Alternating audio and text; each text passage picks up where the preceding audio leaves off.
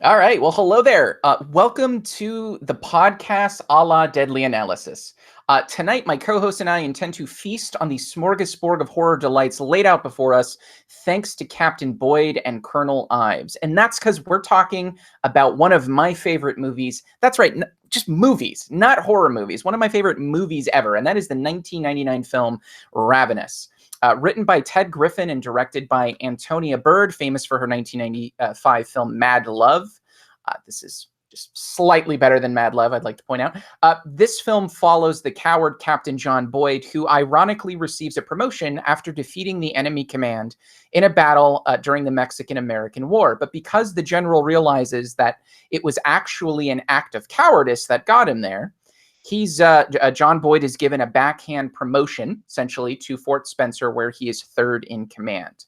And at Fort Spencer, the others there with him are two Indians, George and his sister Martha, who came with the place. Chaplain Toffler, Reich, the soldier, Cleves, a drugged-up cook, and Knox, who is frequently drunk. I like Knox because he's frequently drunk. That's why I like him. And so when a Scottish stranger named Calhoun appears and recovers from frostbite almost instantly after being bathed, as one does, he tells everyone at Fort Spencer a very Donner Party-esque story about his party leader, Ives, eating members of the party to survive. And as part of their duty at Fort Spencer, they must go to the cave where all of this supposedly occurred to see if anyone has survived. However, George warns them that since Calhoun admitted to eating human flesh, he must be a Wendigo, a ravenous, cannibalistic creature. And spoiler alert, he's a freaking Wendigo. Super Wendigo too. If we in the world of Wendigo ratings, right? Let's say Justine from Raw is a level 3 Wendigo. Jim, one of our co-hosts, he'd be a level 6. He likes to eat children. And Calhoun is probably a level 10, without a doubt, top 10 scale of the Wendigo. In fact, he loves man meat so much that this film almost at times takes on a homoerotic vibe. I don't know if you guys noticed that. There's almost a cute, playful cat and mouse game between Boyd and Ives, or Calhoun, same person, as you come to find out. It's a very Louis and Lestat back and forth in this movie. I'm thinking of the ending sort of murder-suicide bear trap scene. That really underscored that for me. But I'm jumping ahead of myself. Curious to know if you guys kind of got that vibe too. Maybe I'm just working out my own sexuality. Who knows? So I'm going to tell you why I love this movie. Besides the cannibalism and, homoeroticism. Those are the obvious reasons. I love this movie because it is so fucking weird. This is a weird movie. This is just a strange movie. It's largely defined by its shifts in tonality, and I think that initially turned a lot of critics off at the time of its release. But I loved it. I loved it when I first saw it in '99, and it's 20 years later, and I still love it. Guy Pearce almost always has this dull, lifeless countenance to him throughout the movie, and that's contrasted with Robert Carlyle, who's almost always cracking jokes whilst spewing other people's viscera everywhere. It's just so weird and strange. It's like this dark and violent movie at times, but it's also hilarious at other times. On the one hand, it has kind of this homey indoor sort of fireplace warmth to it, but then it also takes place in the cold and bleak Sierra Nevadas, right? It starts with a serious quote from Nietzsche, by the way, misspelled, I'd like to add. That wasn't an oversight. And then ends, that same scene with "Eat me," right? It's just so weird. Who thought of this? This is such a weird movie. And I'm sure we'll get into this too, but the movie itself was notoriously a notoriously cursed production and was almost universally panned when it was first released. But I mean, I feel like this movie has sort of become a cult classic over time. Movie critics have basically turned into John Boyd. They refused at the beginning to taste the meaty goodness, to savor its complex and juicy flavors. They shunned it and looked at the movie with disdain. But now they've taken a bite and then a second bite, and the stew has grown on them, as it were. So I like Ravenous because really nothing is what it seems with this movie. It's literally the Calhoun of horror films, all right? I love this movie because of the music, because of the score. The main theme by Michael Nyman and Damon Albarn just never leaves you once you hear it. In fact, so much so, and I finally get to tell this story, So much so that my wife and I have an inside joke related to the main Boyd's theme, the main theme. I think it's called Boyd's Journey, technically. I don't know how this happened, but whenever my wife and I are doing something publicly, and it actually doesn't even need to be in public, but whenever something awkward happens with someone else, like if think of like a Michael Scott scene in The Office, whenever something's just weird for everyone and it's just kind of off. Give me an example. Like a month ago, my wife and I were out to eat, and we heard a couple arguing next to us, and it just got a little elevated and loud to where other people were kind of looking at them. And literally, like, my instinctual reaction was to go, doot, doot, doot, doot, doot, doot, doot, doot, doot, doot, doot. It's like a thing that I've been doing for years. Doesn't make sense. I do it when things get awkward. Like, the way you're looking at me right now is awkward. So I should be doing the theme right now. So that music is just insane. Like, there are like flutes and mouth harps and accordions in the score. I'm thinking of the scene where Colonel Ives first starts chasing Boyd on the mountainside. Like, there's a twangy banjo song playing, right?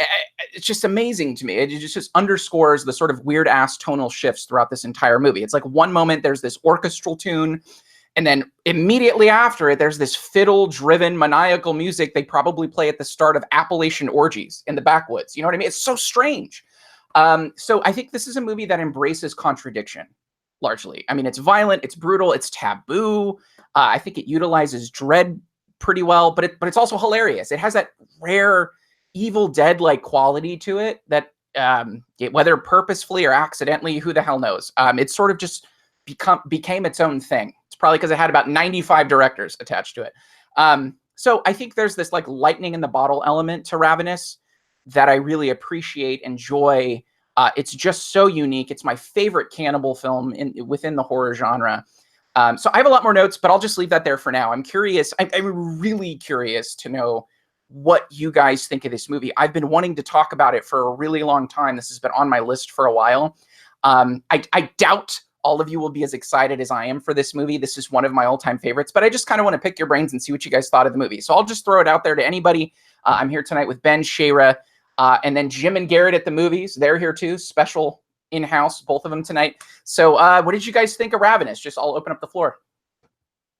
I just want to say that I thought this was a really great reboot of the Matt Stone and Trey Parker film, Cannibalism, the movie, or the musical, I think it is. And the thing is this is so similar to I don't know if you guys have seen Cannibalism, the musical.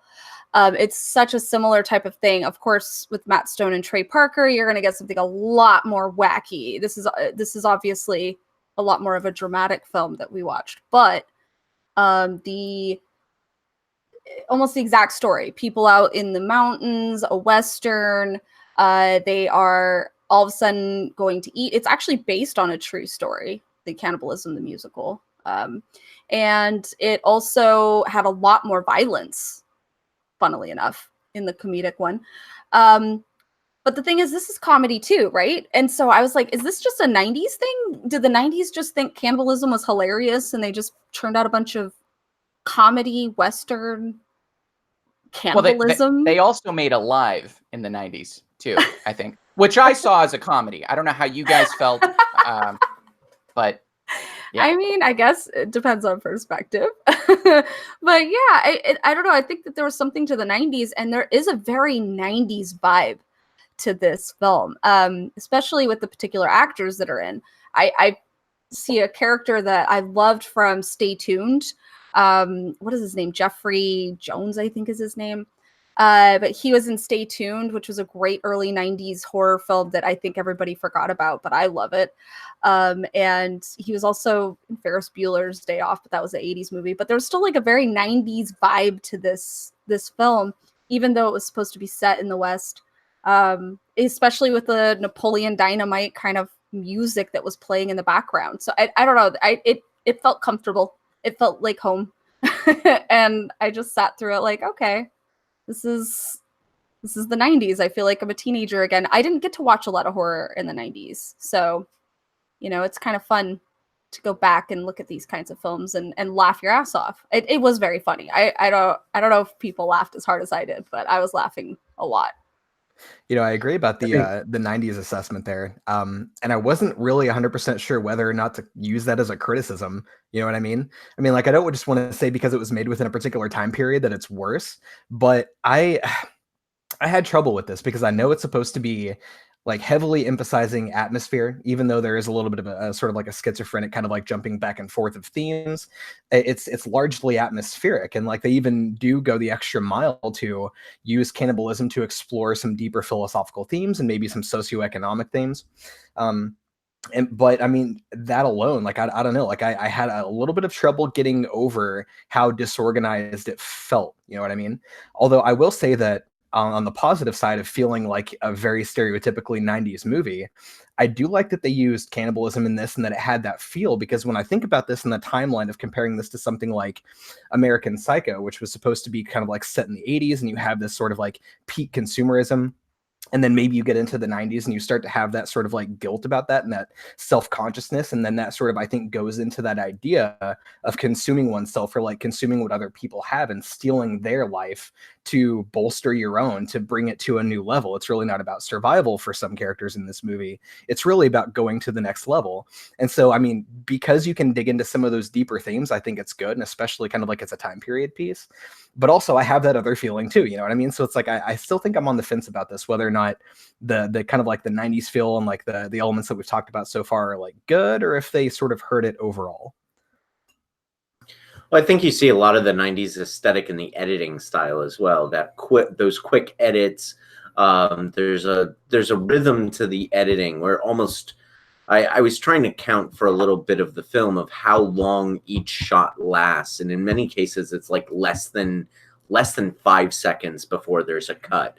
In some cases it's like 1 to 2 seconds where they just cut, and that was all over 90s films, where there was this really quick editing style that kind of mirrored the way some of the dialogue was done as well. So I found that to be, that's where I see the 90s aesthetic, aside from maybe the hairstyles and all of that. But outside of that, I didn't necessarily, the title sequences were anachronistic as well. But as a whole, I don't think that the 90s aesthetic really distracted me from the story the film was trying to tell, and some of the themes, existentialist themes, among others, that this film is dipping its toes in.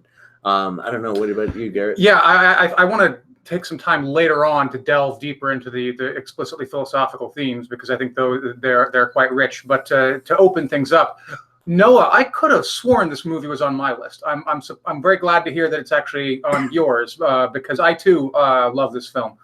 There are, you might love it a little bit more than me. There's some things I think I can criticize about it, but I'll get to that later on too. But something I think which hasn't really explicitly been mentioned is I think the acting is fantastic. You know, I think Guy Pearce and Robert Carlyle in particular, I think really, you noted the nice sort of yin yang contrast between the two, but each performance on its own also stands alone really, really well. Another thing I loved about this movie is that the first time I saw it, I wasn't really able to get ahead of it. I mean, this is something that a mode in which I watch a lot of movies. I try to anticipate what's coming next. You know, I imagine if I were writing this film, how would I have these elements play out? Where would I have this character arc go?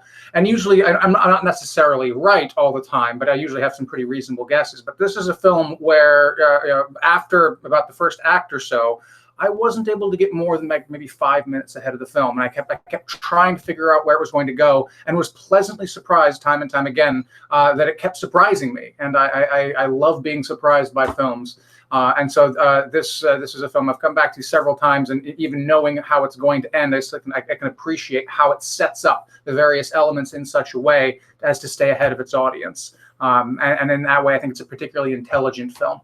Yeah, I think that when I first watched it in the 90s, I watched it because Robert Carlyle was in it, and I really liked him in Trainspotting, and I was like, well, I'm going to see the next Robert Carlyle film, which, I don't think anybody else has ever said. Like, when's the next Robert Carlyle coming out? Fuck Tom Cruise, I want Robert Carlyle movies. And and afterwards I sort of found it to be just sort of this pulpy, fun horror comedy, jaunty score smorgasbord of a movie that I kind of appreciated for what it was. And then, of course, I rewatched it before the podcast, and I was like, oh no, I've got to say there's more to this movie.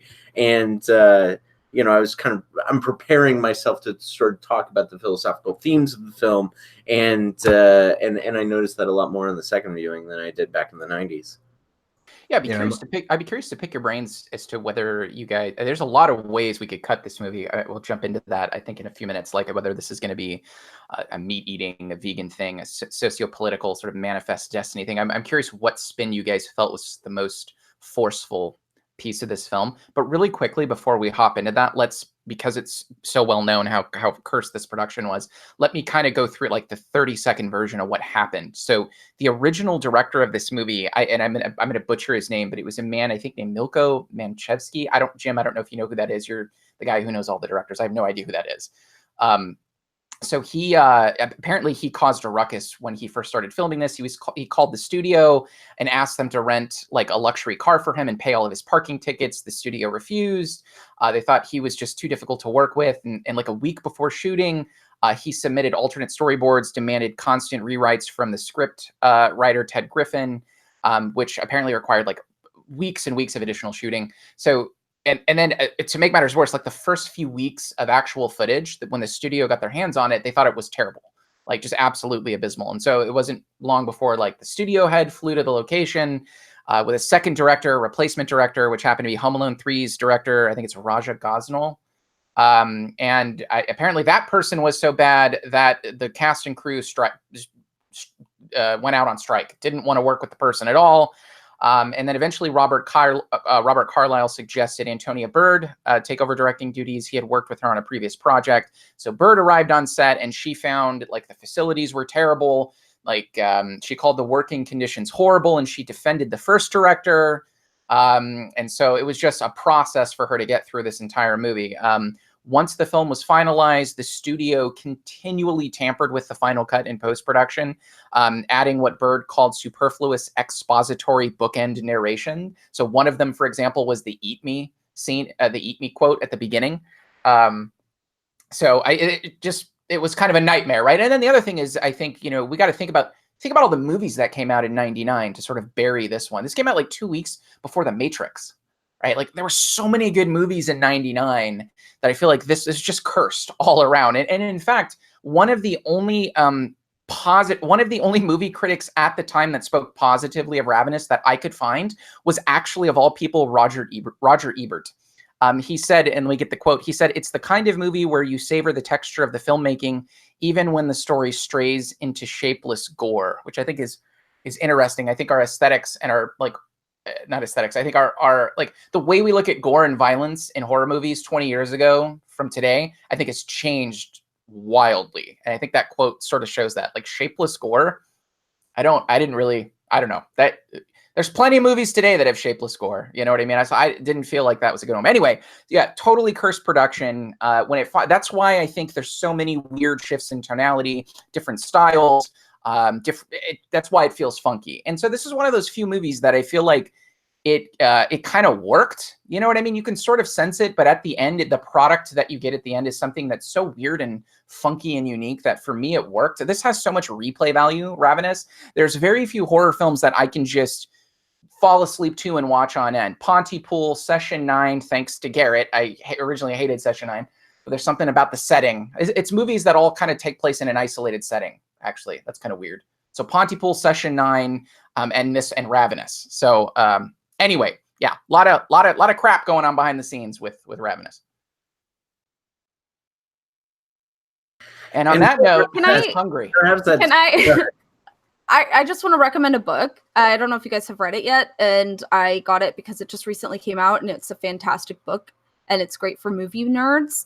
It's called Best Year Ever with periods after each word, about all of the amazing fucking films that came out in 1999. It was an amazing year for film. And you're right, Ravenous had to compete against all that.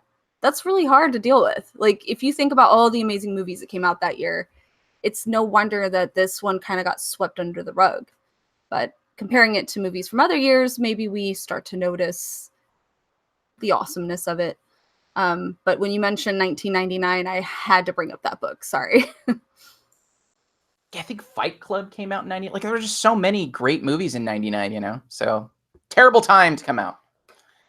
Yeah, when you put it in that context, though, I mean, like comparing that to something like The Matrix or even Fight Club, like I feel like it makes it even worse. I don't know. Like maybe I'm gonna be the negative voice this time. I don't know, man. But like okay, so I do want to take this back to a point too and talk about the acting just a little bit. So I do think, speaking of Robert Carlyle, I feel like he was the saving grace in this film, honestly. His acting was so interesting, like especially when you get into kind of like that second half, wherever you kind of get the big twist. I don't think we've mentioned any like big spoilers so far, but I feel like we're getting into that territory. So whatever, if you're watching, spoilers, I'm gonna start spoiling the movie for everyone. I apologize. But whenever we get into this and we have that big twist where it turns out he's still active within the military under this other like alternate persona or whatever it is, that was really surprising for me. I thought that was really enjoyable.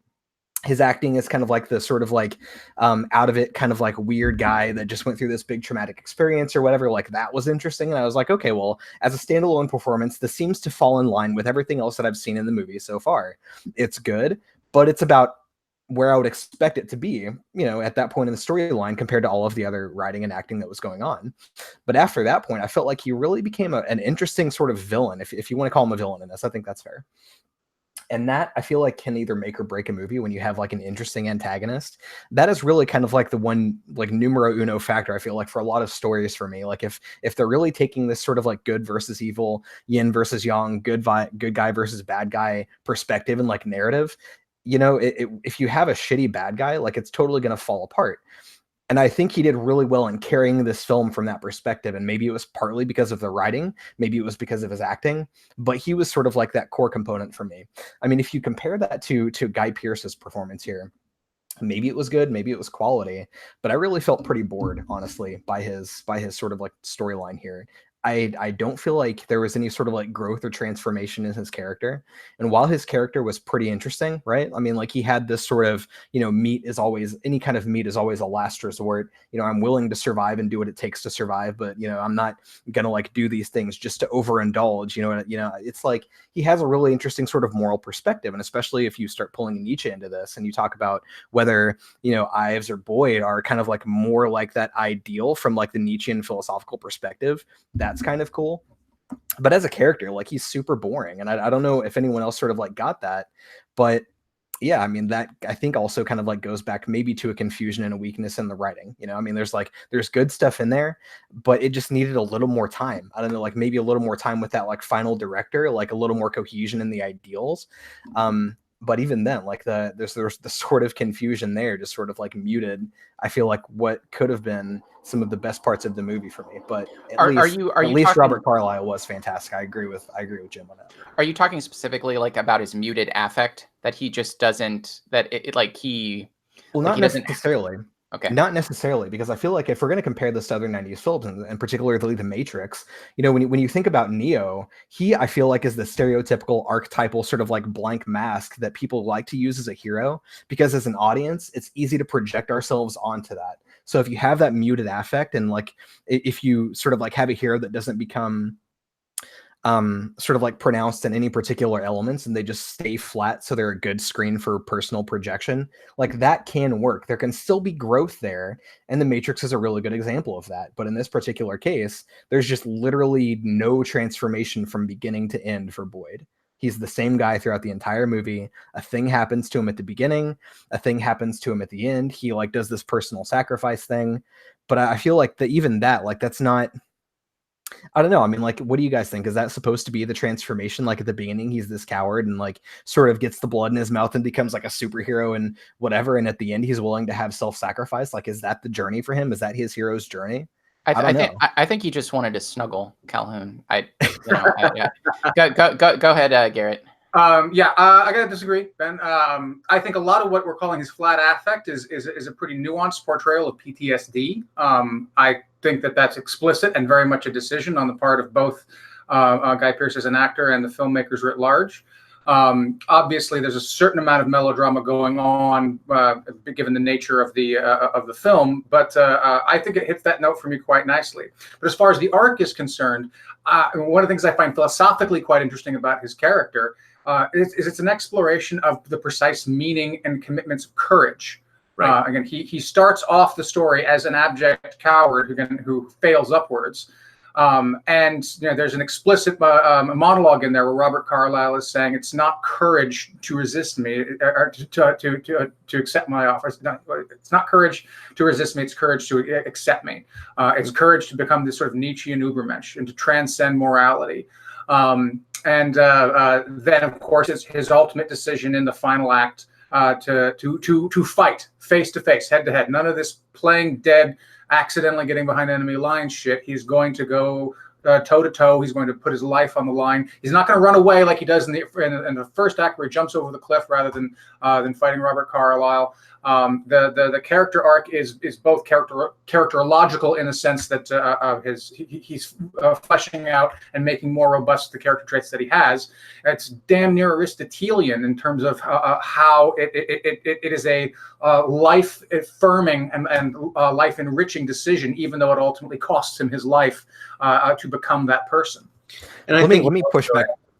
I think you also have to balance that he's after he gets the blood in his mouth and down his throat, there is a sense of desire and a ravenousness, if you will, that he is also fighting in some of those scenes. So, for example, there's a brief moment when Jeffrey Jones's character is lying dead, and you can almost see him struggling with the desire to eat Jeffrey Jones right outside that cave. But then this sense of civility or civilization kind of takes over him. So I think there is an internal conflict. Robert Carlyle gets, I wrote down, Robert Carlyle's menacing as fuck. And Robert Carlyle gets most of the meteor scenes in this film.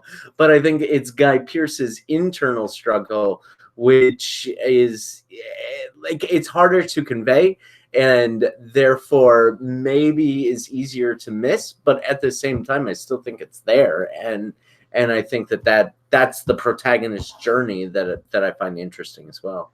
See, I will push back on that a little bit. So I do want to say, just to make it very clear, I don't think it's his affect that is the issue. So in that portrayal of a person who is traumatized and maybe has PTSD, that is great. And like, I do think his acting is on point. I really do. Like, the way he acts the character, I think is great. I do think it's an issue of the writing from my perspective, just to be clear on that. I think it's like the way his character is written that's the issue, not his acting.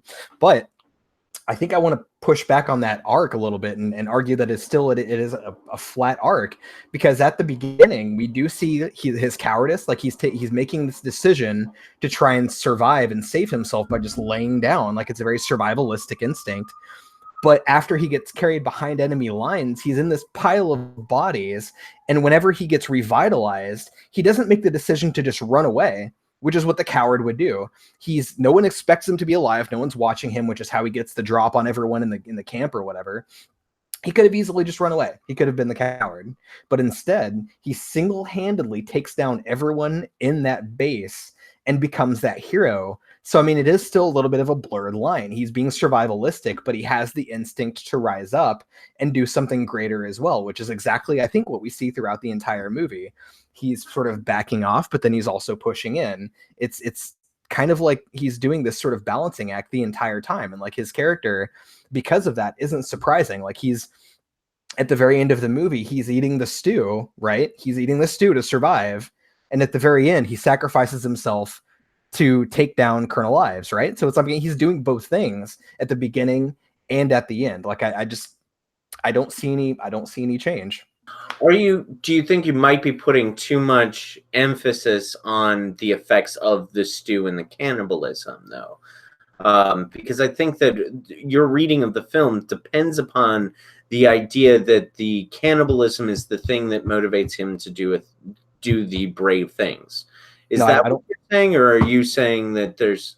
Yeah, I don't think the cannibalism is what gives him that sort of like burst of courage. I really don't think that's what it is.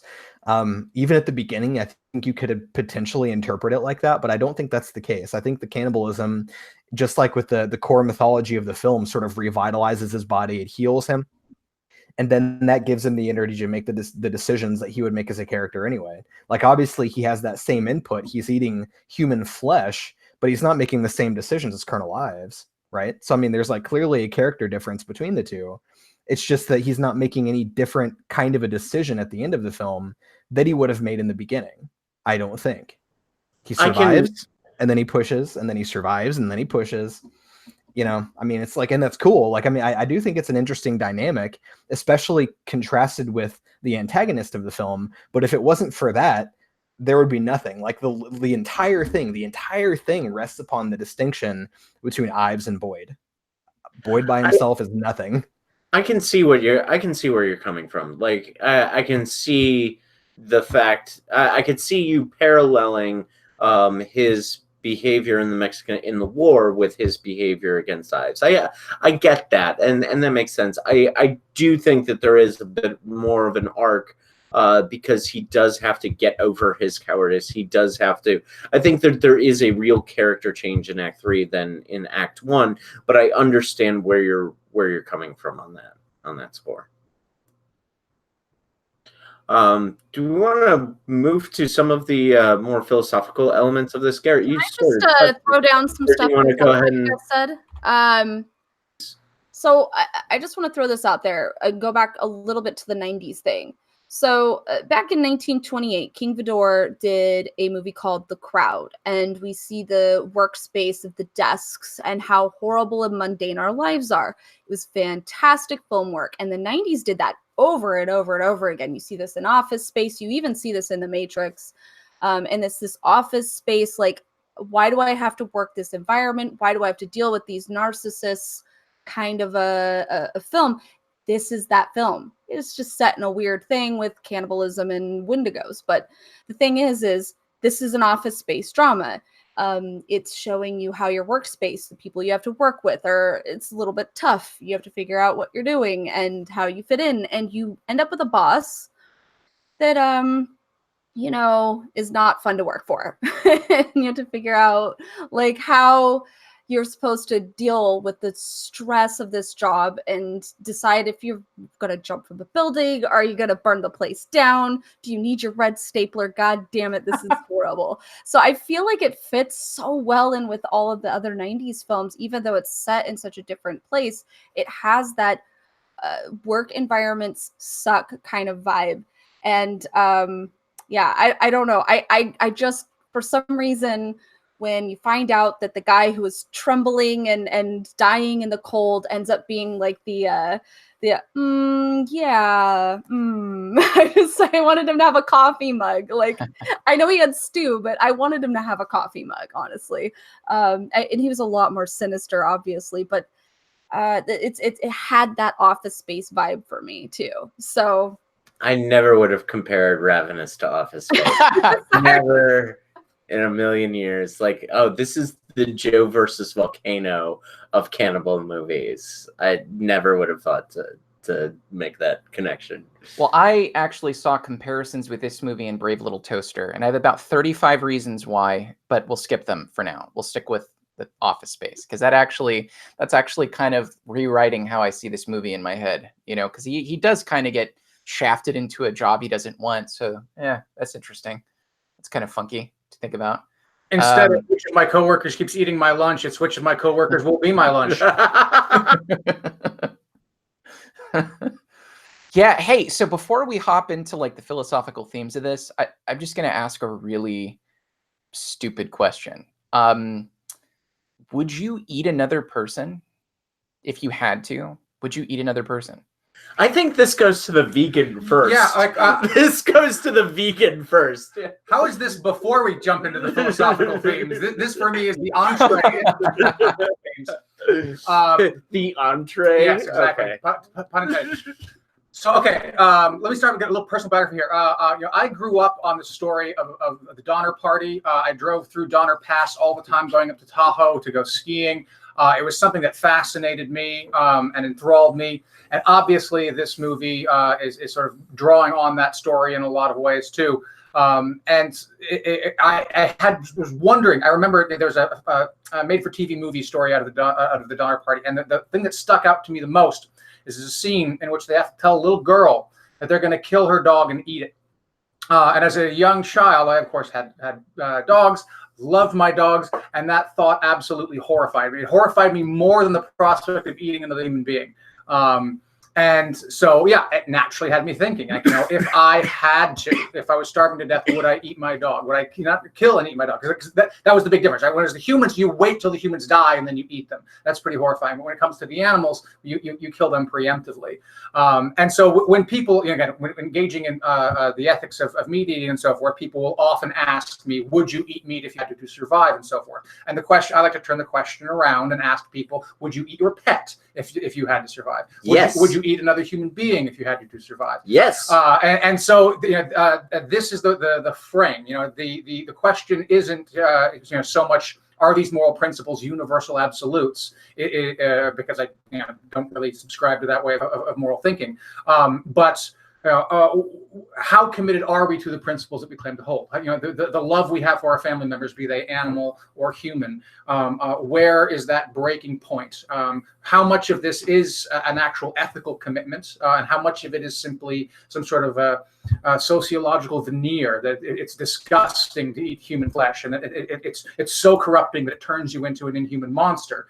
Now, again, I think we all understand that that is the mythology of the film, right? But it is worth underscoring here that mythology isn't completely fictional. It's not completely a artifact of the screenwriter's imaginations. There are many cultures that have rules about cannibalism, specifically to make that taboo, to eschew it for a variety of reasons, and to discourage people from eating other human beings.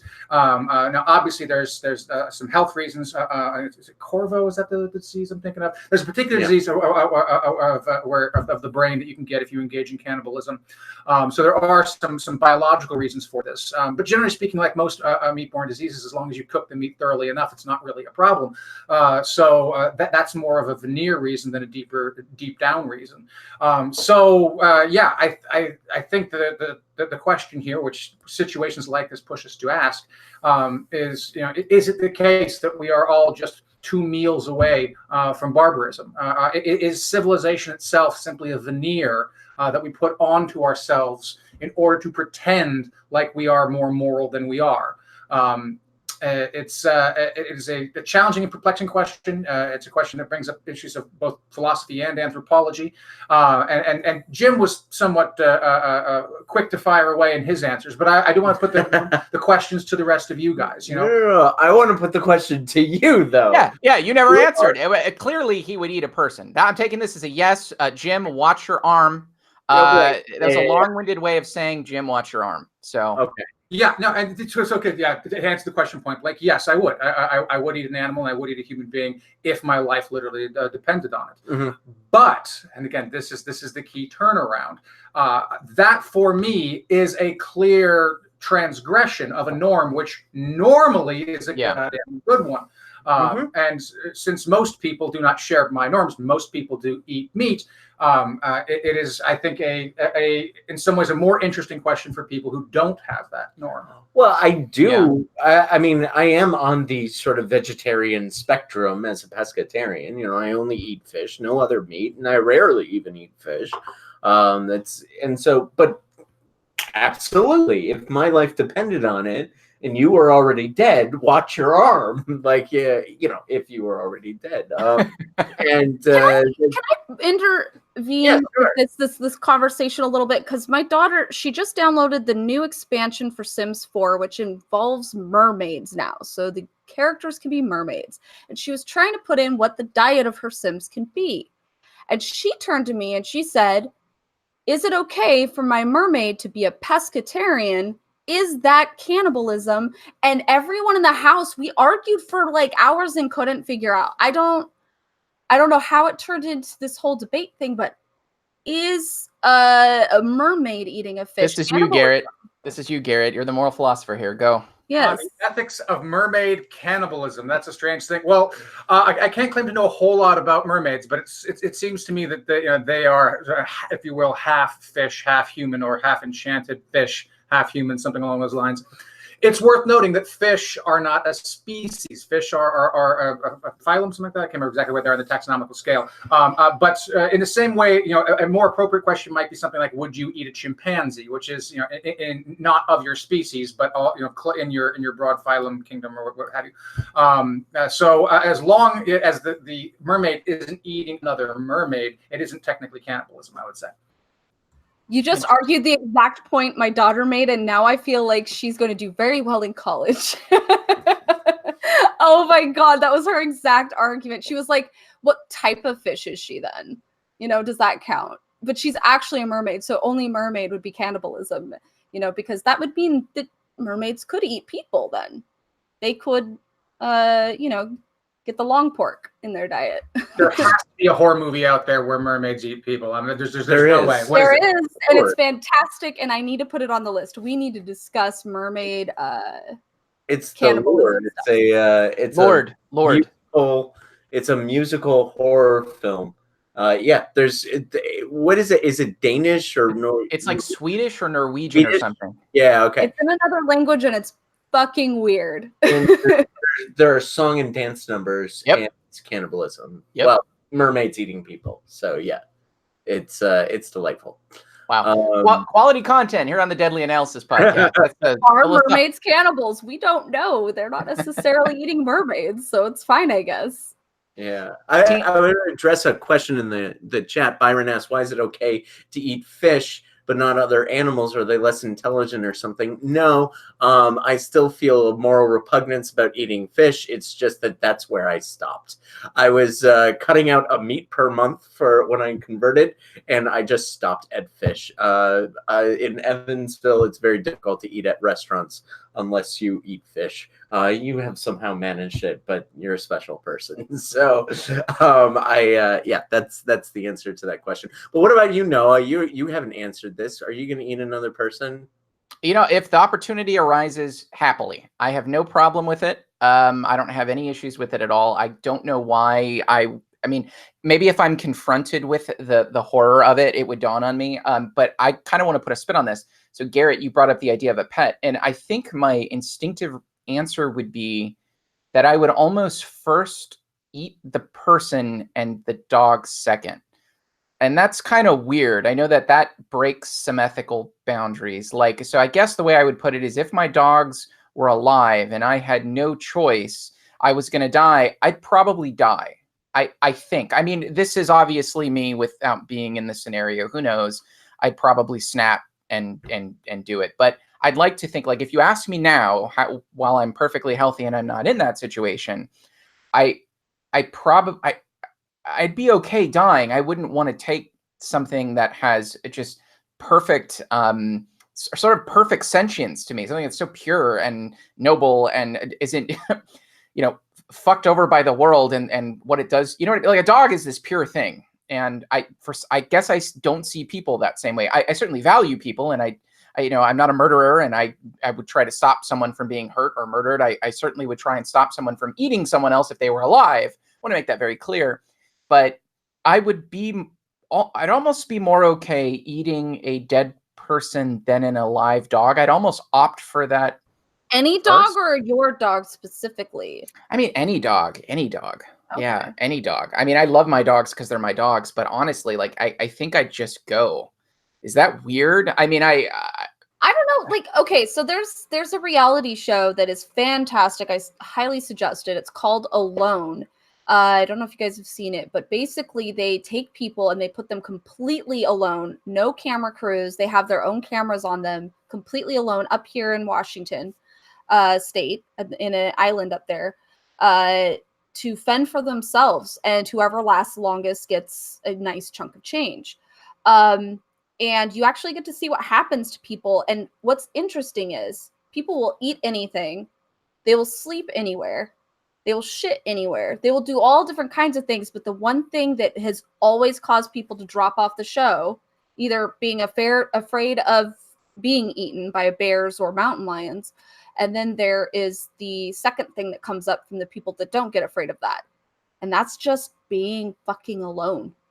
That is what definitely stops people. They will eat anything. They will sleep anywhere. They will do anything. But if they're alone for too long and can't interact with other human beings, they start to go completely nuts. And so, yeah, it's very interesting to me, because the real thing that'll fuck you up, it's not trying to figure out if you're going to eat a dog. It's going to be, can I be alone? And I do want to recommend watching Noah's 2-minute analysis of what is the name of the freaking movie again? The Night Eats the World.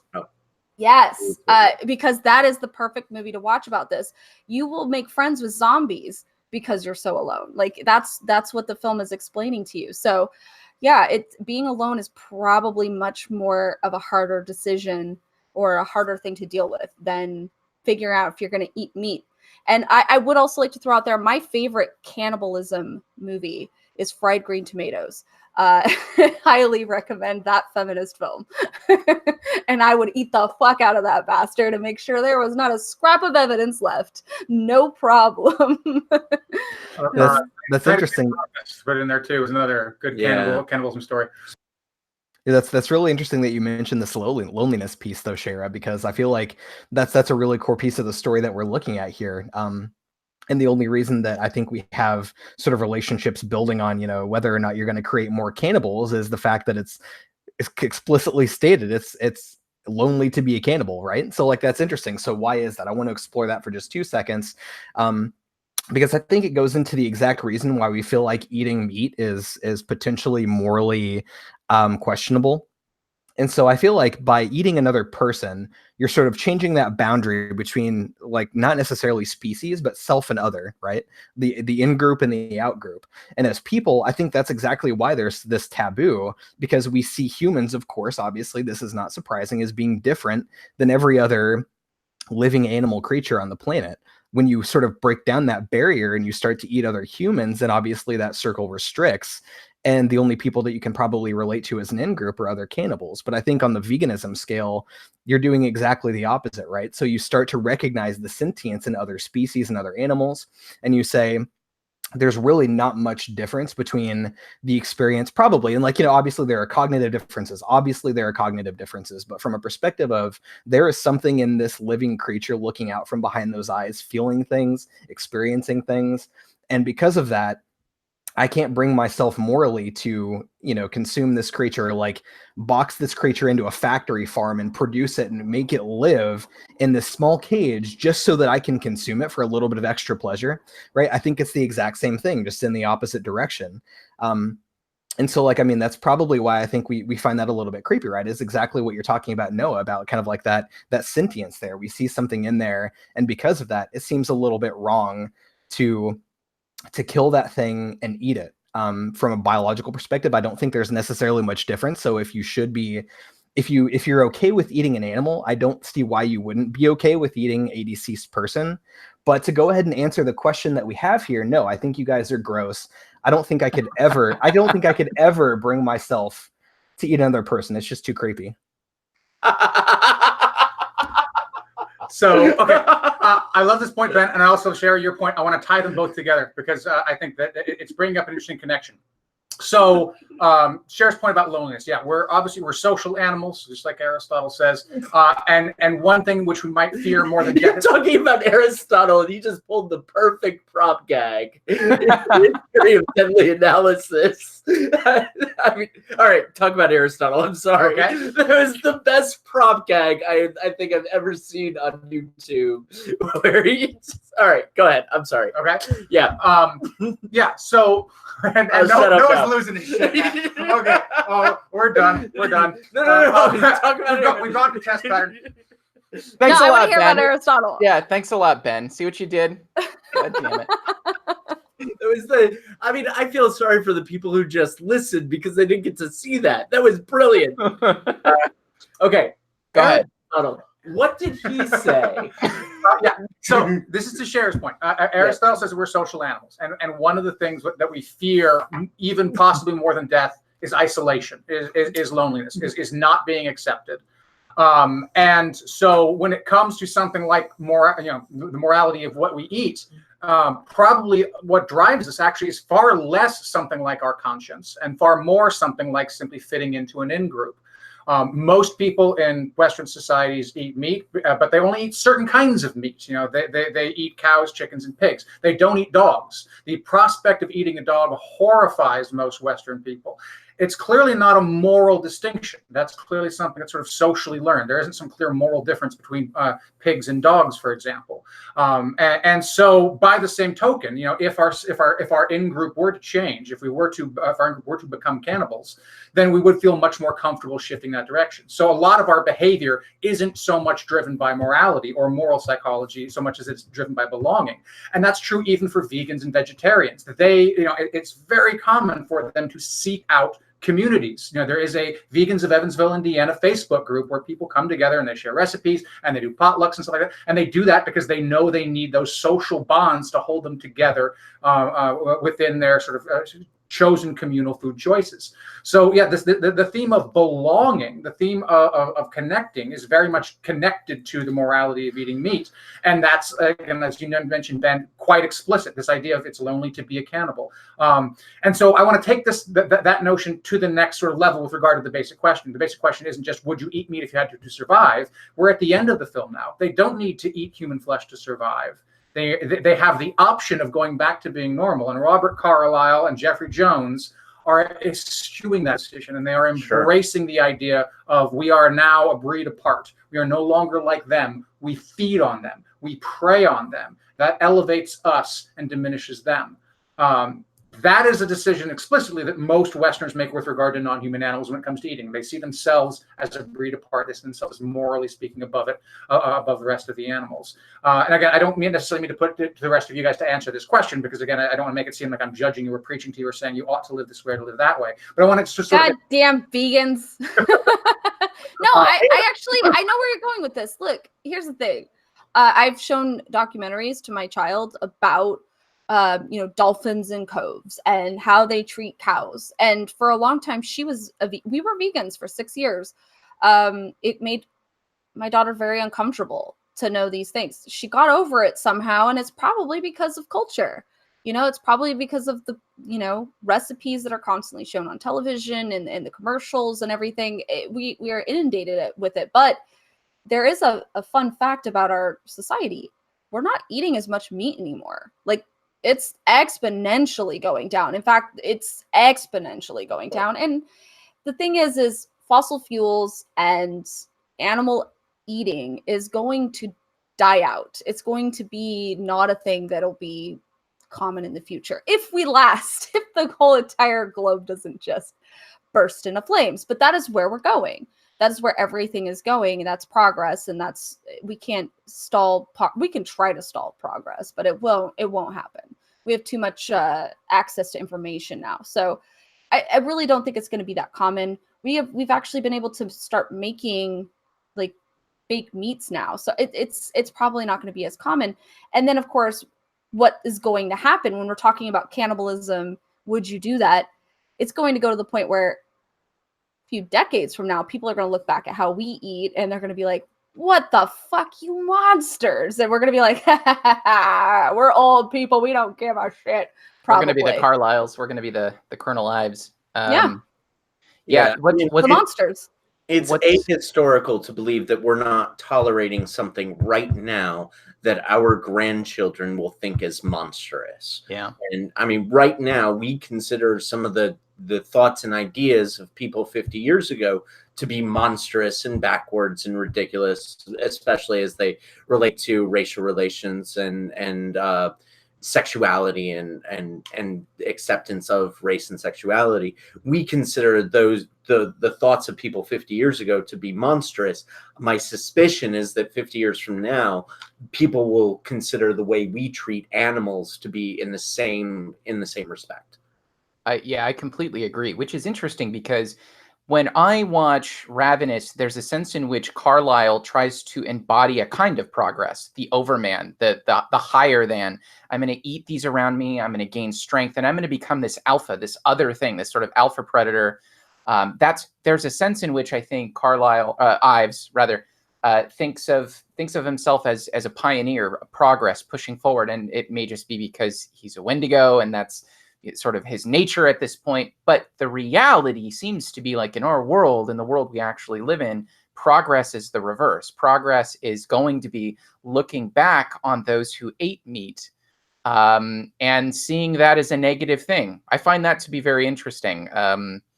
Maybe progress isn't devouring and chewing meat and eating meat and being a carnivore. Maybe progress is the complete opposite. Maybe we find that we grow as a species and become something other, something greater by doing that. It's not going backwards, it's going forwards. But in this movie, it seems like forward progress to a group of people, not just Ives, but the other character, I forget his name, who asked to have Guy Pearce kill him. It seems like that's progress. That's a push forward. So I don't know. I find that distinction somewhat interesting. Well, Can I put forward a future? Maybe we can take our own genetic background and create our own meat and just eat ourselves. And maybe that'll be our future meat. So like the quote at the beginning of the movie, "Eat me," it's like literal in the future. Eat me. Like you're really going to eat me. You can invite your friends over and be like, yeah, so I duplicated like parts of myself. Today we're going to have my liver.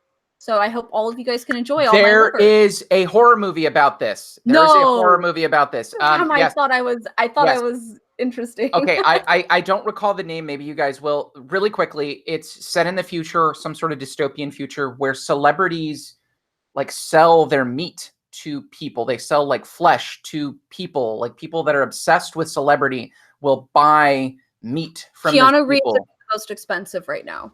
Yeah. And who's in it is the redheaded kid from Byzantium. God damn it. I'll try to find out this movie. Eyebrows? But yeah. But yeah, that's it. There's a movie like that where I guess they take the meat from celebrities and sell them in slabs to people who eat them, and they feel like they're a part of the celebrity. They're eating them, then becoming them. I love it because it was my idea anyway. So yeah, I'm gonna check it out. I'll find it. Well, you guys will be getting, each of you will be getting a toe in the mail. So be looking for me. So be looking for that. Garrett, you're just gonna have to decide if you're okay with it. If you get the big toe, so you just need to decide. Nibble it like in raw. I'll eat your hair. No, how about that? No, if you do that, do it in front of Jim. That's all I'm saying. All right. Yeah. Yeah. What other existentialism? Yeah. We're like 0 for 2 with segues here. I just want to point that out. Yeah.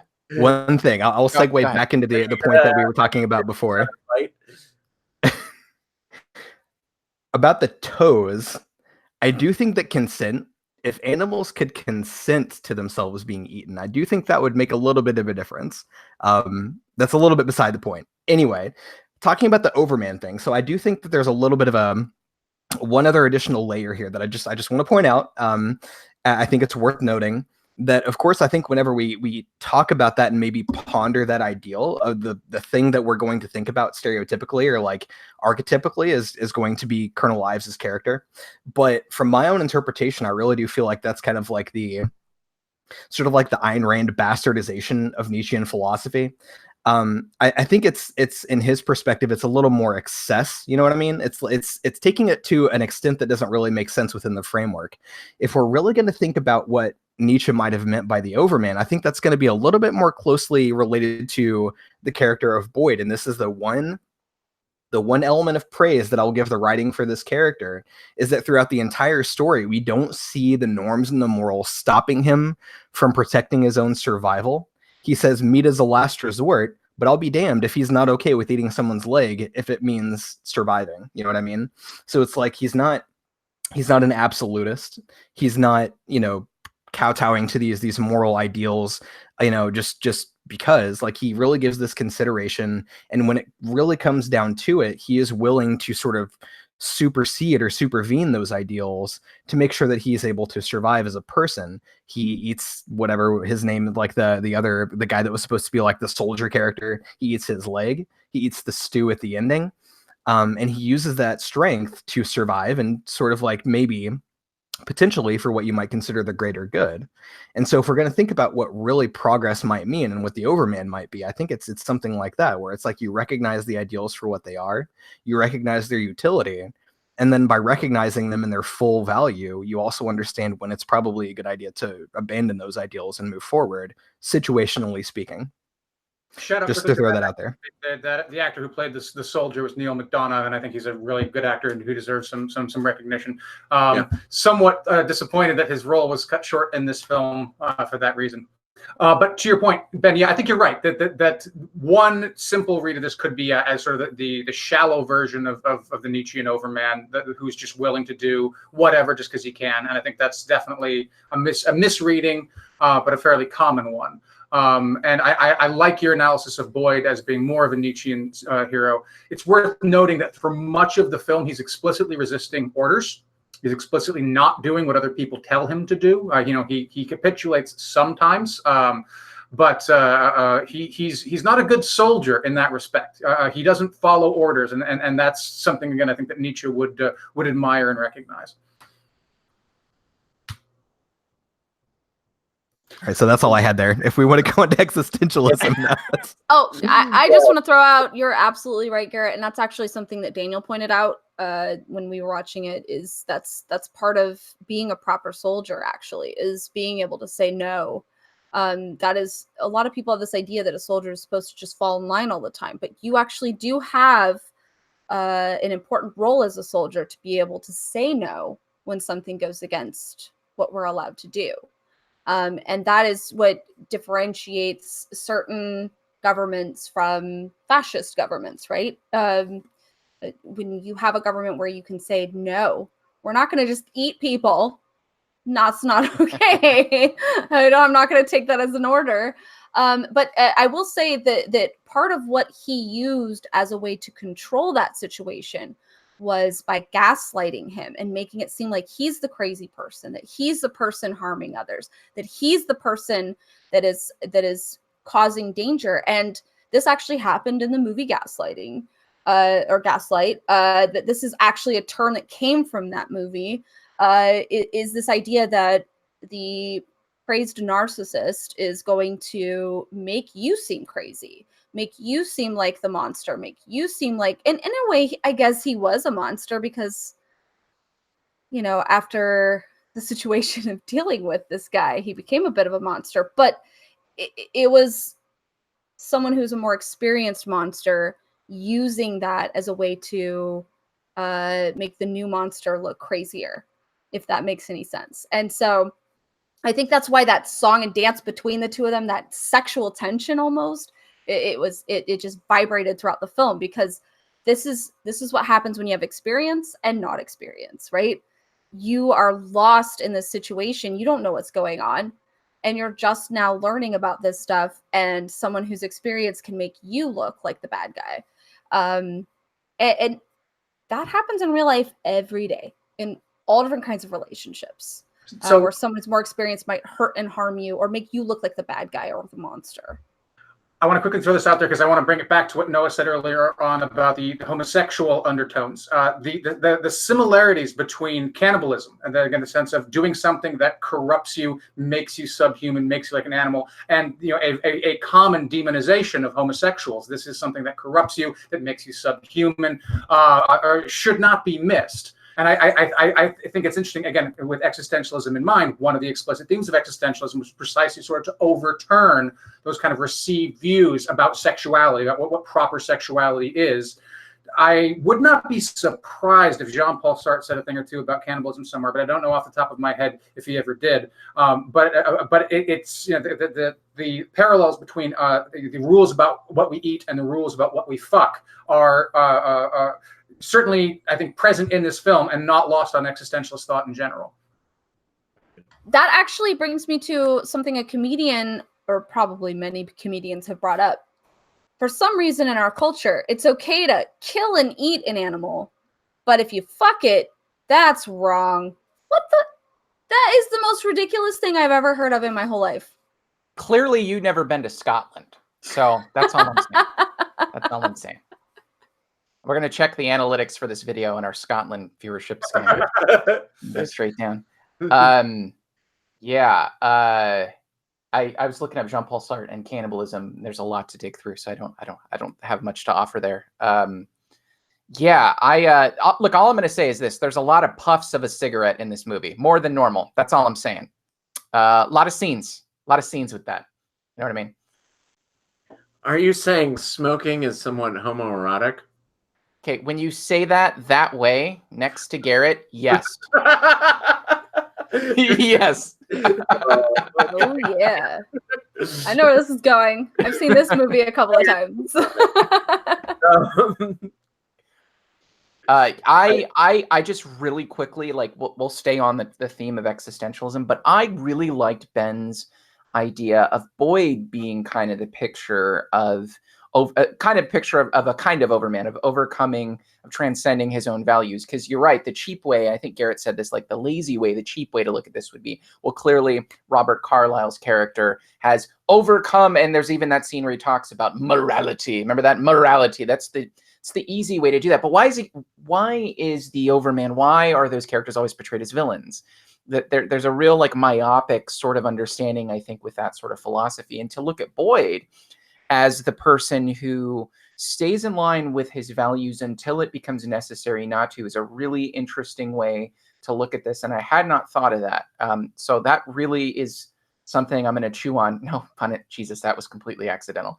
That is something I'm going to chew on. That's a really cool thought. It's almost like, I don't know if you guys have ever, Garrett, you may know that. I don't know if you guys have ever read Nietzsche's little piece he has on the three metamorphoses, where a person, it's the camel who transforms into a lion, who then transforms into a baby.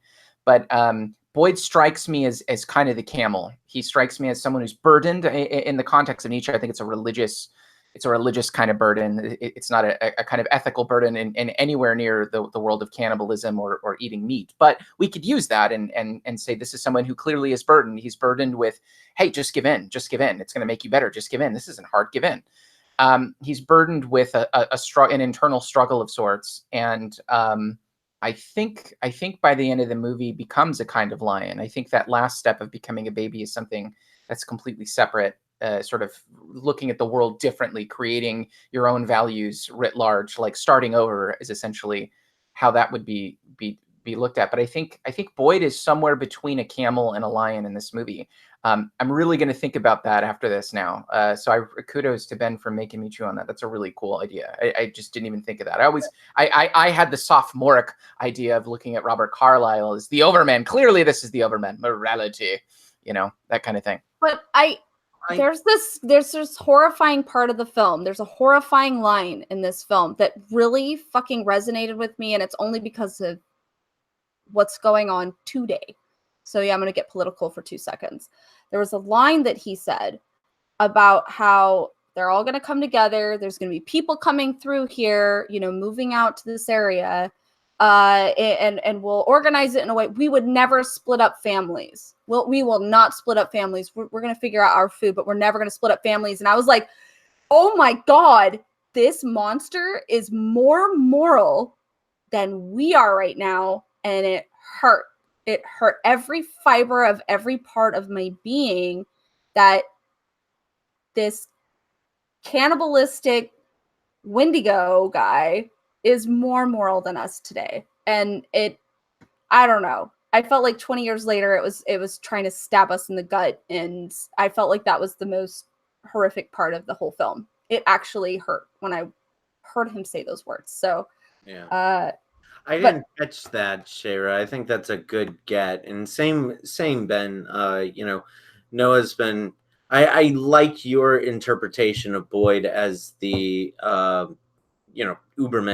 And I want to go back to something you talked about. You mentioned his jump off the cliff as an act of cowardice, and I think that might, especially with Ben's interpretation of Boyd's character in mind, that's actually an incredibly existentialist move and a rather smart move, because he knows he's not going to be able to take on Carlyle. He just shot Carlyle in the shoulder, and he got up and laughed at him. So that is sort of an expression of radical freedom. I know I can't go through this, so I'm I'm going to take my own, I have the freedom to take my own life, or at least chance it by jumping off this cliff. So I think that's like a key scene in seeing Boyd as an existentialist hero. And I don't think it's, I mean, you characterized it as cowardice a little bit ago, and I kind of went, oh, yeah, I guess it is. But now I'm like, no, you're wrong, because Ben says so. The imagery is definitely Kierkegaardian. Obviously, the leap of faith being sort of a crucial thing there. I'm not sure it fits, though, beyond just on the imagistic side. Within the Kierkegaardian leap of faith, the whole idea is precisely that you're surrendering yourself to something greater than yourself, something that you do not understand. And that doesn't seem to me, at least, to be in play. He's running away because he's afraid. I think it's more along the lines of what Sartre talks about is, if I'm chained up, sure, I'm imprisoned, but I have the freedom to be able to just scratch at the chains until perhaps I can break through. Like it's more of that. That's the way I was thinking about it, rather than a Kierkegaardian sense, more in the line of what Sartre was talking about. I mean, I think for Sartre's sort of vision to take place, again, it precisely has to be an acceptance of your own responsibility. You're right. Radical freedom is half of it, but accepting responsibility for what you do on the other end is sort of key to that. Now, if you, to your credit, again, one of the first things that happens after he makes that leap is he engages in cannibalism. He eats Neil McDonough's leg. And at no point does he seem to have any remorse for that particular act. Right. And that, I think, is more in line with what Sartre is saying. He has the freedom to choose. He's choosing, and he's accepting responsibility for that choice. But I still say the leap off the cliff. I see it in his face. It looks to me far less I'm exercising my radical freedom, and far more I am terrified of this inhuman killing machine in front of me. Ben, agree with me. Well, I do gotta say, I have to say that I feel like the more cowardly decision would have been to just to drop to his knees and beg for his life. But maybe that's I can't tie this back to any particular philosophy, but maybe that's just because I really appreciate the aesthetic of running headlong into your own demise, kind of, right? And just sort of just accepting your own kind of finality and fatality and saying, well, fuck it, I might as well go for it, right? Kind of embracing death as an old friend sort of thing. I don't know if I can really. Yeah, it's something like that. Something like that. The limbs a lot. Okay, he definitely was trying to buffer the fall. He obviously wanted to live. He thought he could make it, and he did. And on top of that, I don't know if you noticed, he used the limbs to hang on for dear life to try to buffer the fall. Used the dead body of his friend as a way to buffer the tumble. And then when they get down into this pit, you'll notice that after he was done eating his friend to heal, he was dead anyway. Who fucking cares, right? He eats his friend to heal, and then he actually emerges out of the tree limbs that saved his life as a fucking cocoon. He was reborn as a butterfly. And I was like, whoa, what the hell is going on? The magical Wendigo fucking butterfly. Well, not only that, but how did you guys miss this? Right before he jumps off of the cliff, he looks at the camera and he says, the only way to deal with an unfree world is to become so absolutely free that your very existence is an act of rebellion. And then he jumped off. How did you guys miss that? Solves the whole dilemma. Solves it all. So there. Yeah. I want to just sort of throw in almost as footnotes, actually, a couple more existentialist thinkers here.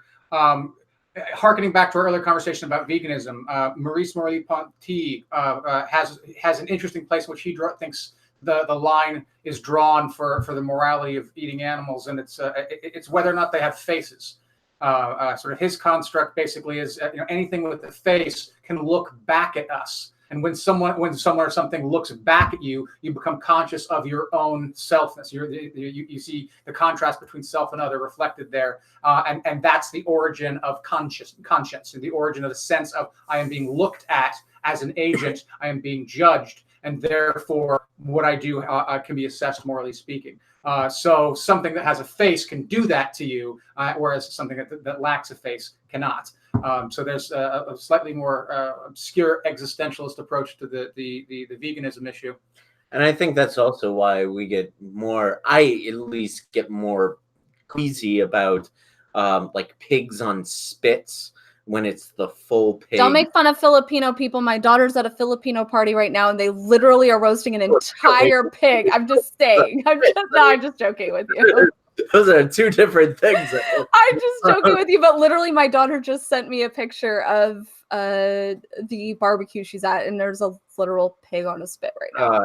Yeah. See, I mean, the head is attached. I mean, one of the things we do very specifically to reduce the horror of eating meat is detach it from the animal, detach it from the face. It's beef that's ground up, so it almost seems like it's not attached to an actual living being. You wrap it in cellophane so you can disassociate it from the actual living creature that it once was. Exactly. I mean, I told you this story before, but I was incredibly annoying once, just absolutely ridiculously annoying.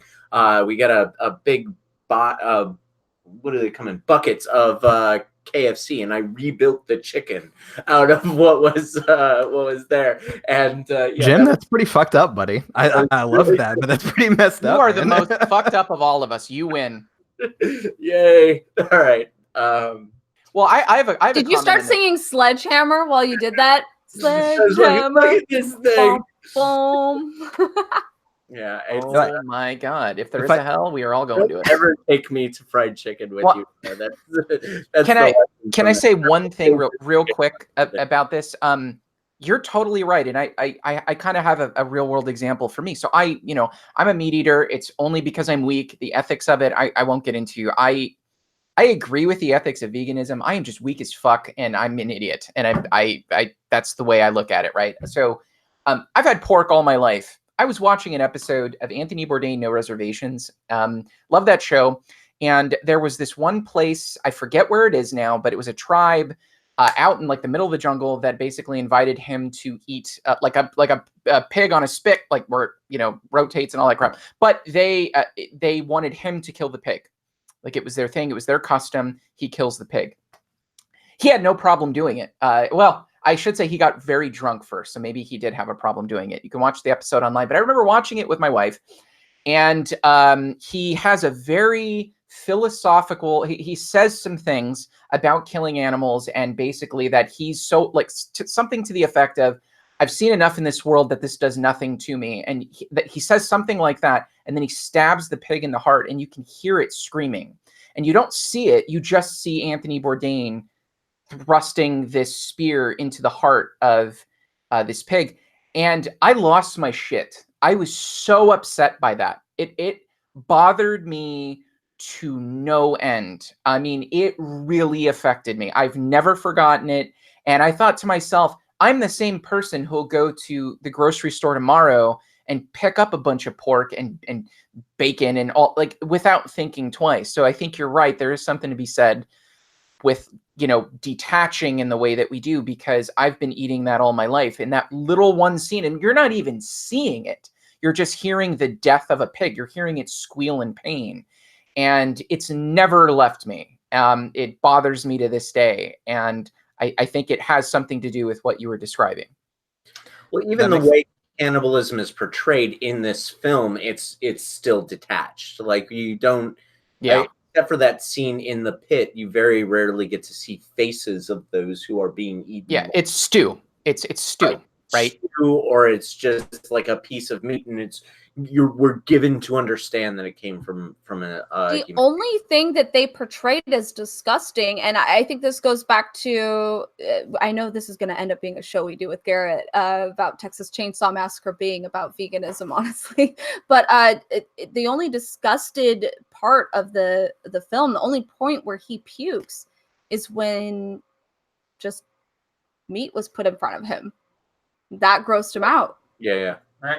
Well, that opening sequence in general, I think, is worth talking about, right? Because there is something that many people find just disgusting about the sound of other people chewing. And I think the sound design in that scene and the editing was really nicely done, because it precisely sort of amplified to a almost hyper-realistic degree the stuff. Sounds of everyone eating, and that was pretty disgusting. And even if you're not sort of naturally put off by that, I think that scene can sort of help you sympathize with people who are.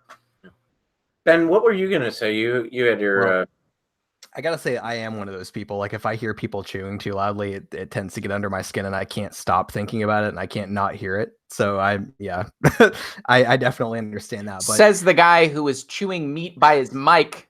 Thank you. Made me hungry. I don't. by the way. It's such a common sound that it's completely muted. I just, it's psychologically speaking, it just my brain tunes it out, so I'm okay with it, I guess. I don't. But yeah, okay. I'm gonna like skip rock through a few different things here really quick. So yes, Noah, I think that makes a lot of sense, and I want to talk about this too because I've honestly, even from people who live in the country, and I feel like we're a little bit closer to the farming community, and so we're a little bit closer to the reality of animal farming and like slaughter. There are a lot of people that I feel like they just want to go to McDonald's and they want to have their chicken nuggets, but they don't want to know where those chicken nuggets come from, and they don't want to have any conception that it comes from a chicken that is raised in a cage for its entire life and then ends up getting slaughtered, and it has like a life and stuff. And like when you start bringing that up, that really freaks people out. And I mean, I think that if we want to tie that back to the perception of a face, I do think that has a lot of merit too, because I mean, for whatever reason, like there's this phenomenon that we know exists in human psychology where we'll see faces where they don't exist. And I think that's plenty enough evidence to suggest that we look for faces and we'll pick up on that pattern, and it means something to us, even if it's not on a living animal, right? Even if it's not on a human. We look for faces everywhere. That's why people see Jesus in toast and shit, because we're trained to look for those patterns, and it has a deeper significance for us somewhere. Now, I also do know that whenever we think about looking at a face and thinking about that psychologically, there's this specific development in the prefrontal cortex that sort of like connects our cognition with our emotions. Like it goes from that sort of like higher order thinking back down to our kind of like baser, more like emotional kind of like lizard brain instincts. And I think it's hypothesized, at least in the research, that that's where empathy comes from. So if we really want to take this like to the full loop, I do think there is a lot of merit in saying that we have some sort of mechanism that looks for faces, that ties somehow into our higher order thinking about how we divvy up sort of like self versus other and in-group versus out-group, and how that might tie back into our baser emotions, which I think personally is probably the source for the entire concept of morality, right? I mean, for at least from my opinion, I can't like cite research from like moral philosophy on this too much, but I really think, can you? Yeah. Okay. So this recently came out that we evolved dogs to make the faces they make at us, to have us empathize with them and to feed them and to care for them the way that we do. And I think it's interesting that you're bringing up the facial stuff. When Noah was talking about he'd probably save his dog over his fellow man, right? Like that has literally been evolved that way. Like dogs have evolved that way to make us attached that way. They know how to evolve their face and make certain facial expressions now, because of the way that we've bred them, so that they can tug on our heartstrings in that particular way, so that we will feed them and be friends with them and treat them as a family member. And that's how they've survived. That's how their species has made it as far as they have. And so I find it fascinating when you're bringing up faces, because that is literally just a scientific study that came out, was that dogs evolved faces. And I know they had faces, but they evolved a certain kind of face that appeals to us, where we see these cute little puppy eyes and like, oh, you gonna give me a French fry? You gonna give me a French fry? And we appeal to that. So it's interesting to think about animal husbandry and how we've evolved. Pigs used to be, black haired, long snout, some teeth coming out of certain areas. Now they're these cute little pink. And I've worked on a farm, and I've lived on a farm, and I've been surrounded by the cutesy wootsy animals, and I love them, and I wouldn't eat them, but I did cook burgers in front of them. I was a fucked up individual in some ways, right? So I was like, "You're cute." Did you feed the burgers to them? No, I didn't do cannibalism, but I was just like, "Here's your brothers. Sorry, but you're cute and not the burger." And I detached them. And so this is how I'll put it. We use chickens to make eggs on our farm, right? And some of the chickens were assholes, and they treated others like shit, and they would beat the other ones up and like hurt them. And we were like, you know what? You're not really helping out in this situation. And we'd eat those chickens, and then, you know, we'd kind of keep making the chickens that were nice. And it was our way of, that's what animal husbandry has been throughout the ages with humanity, right? We're like, oh, you're a dick. You get eaten. And the nice ones, the cute ones, I swear to God, it's what we do. I don't know why that's what we humans do. Yeah, I mean, it sounds like a mechanism of coevolution, right? I mean, like, I think there's like stuff that ties that back to infants, and there's a reason that like infants sort of like trigger this oxytocin response in mothers, and it's because of this sort of like cherub sort of look that they kind of have, and like maybe cuter babies elicit a little bit more empathy, but like there is definitely like a configuration of the face and facial expressions that tap into that, and so I think there's definitely merit in that idea, right? But okay, so like there's one extra thing that I want to throw out here, and so this goes all the way back to the camel thing that Noah was talking about. And so like this is going to be a separate thing. If you guys want to skip this and go back to the morality discussion, that's fine.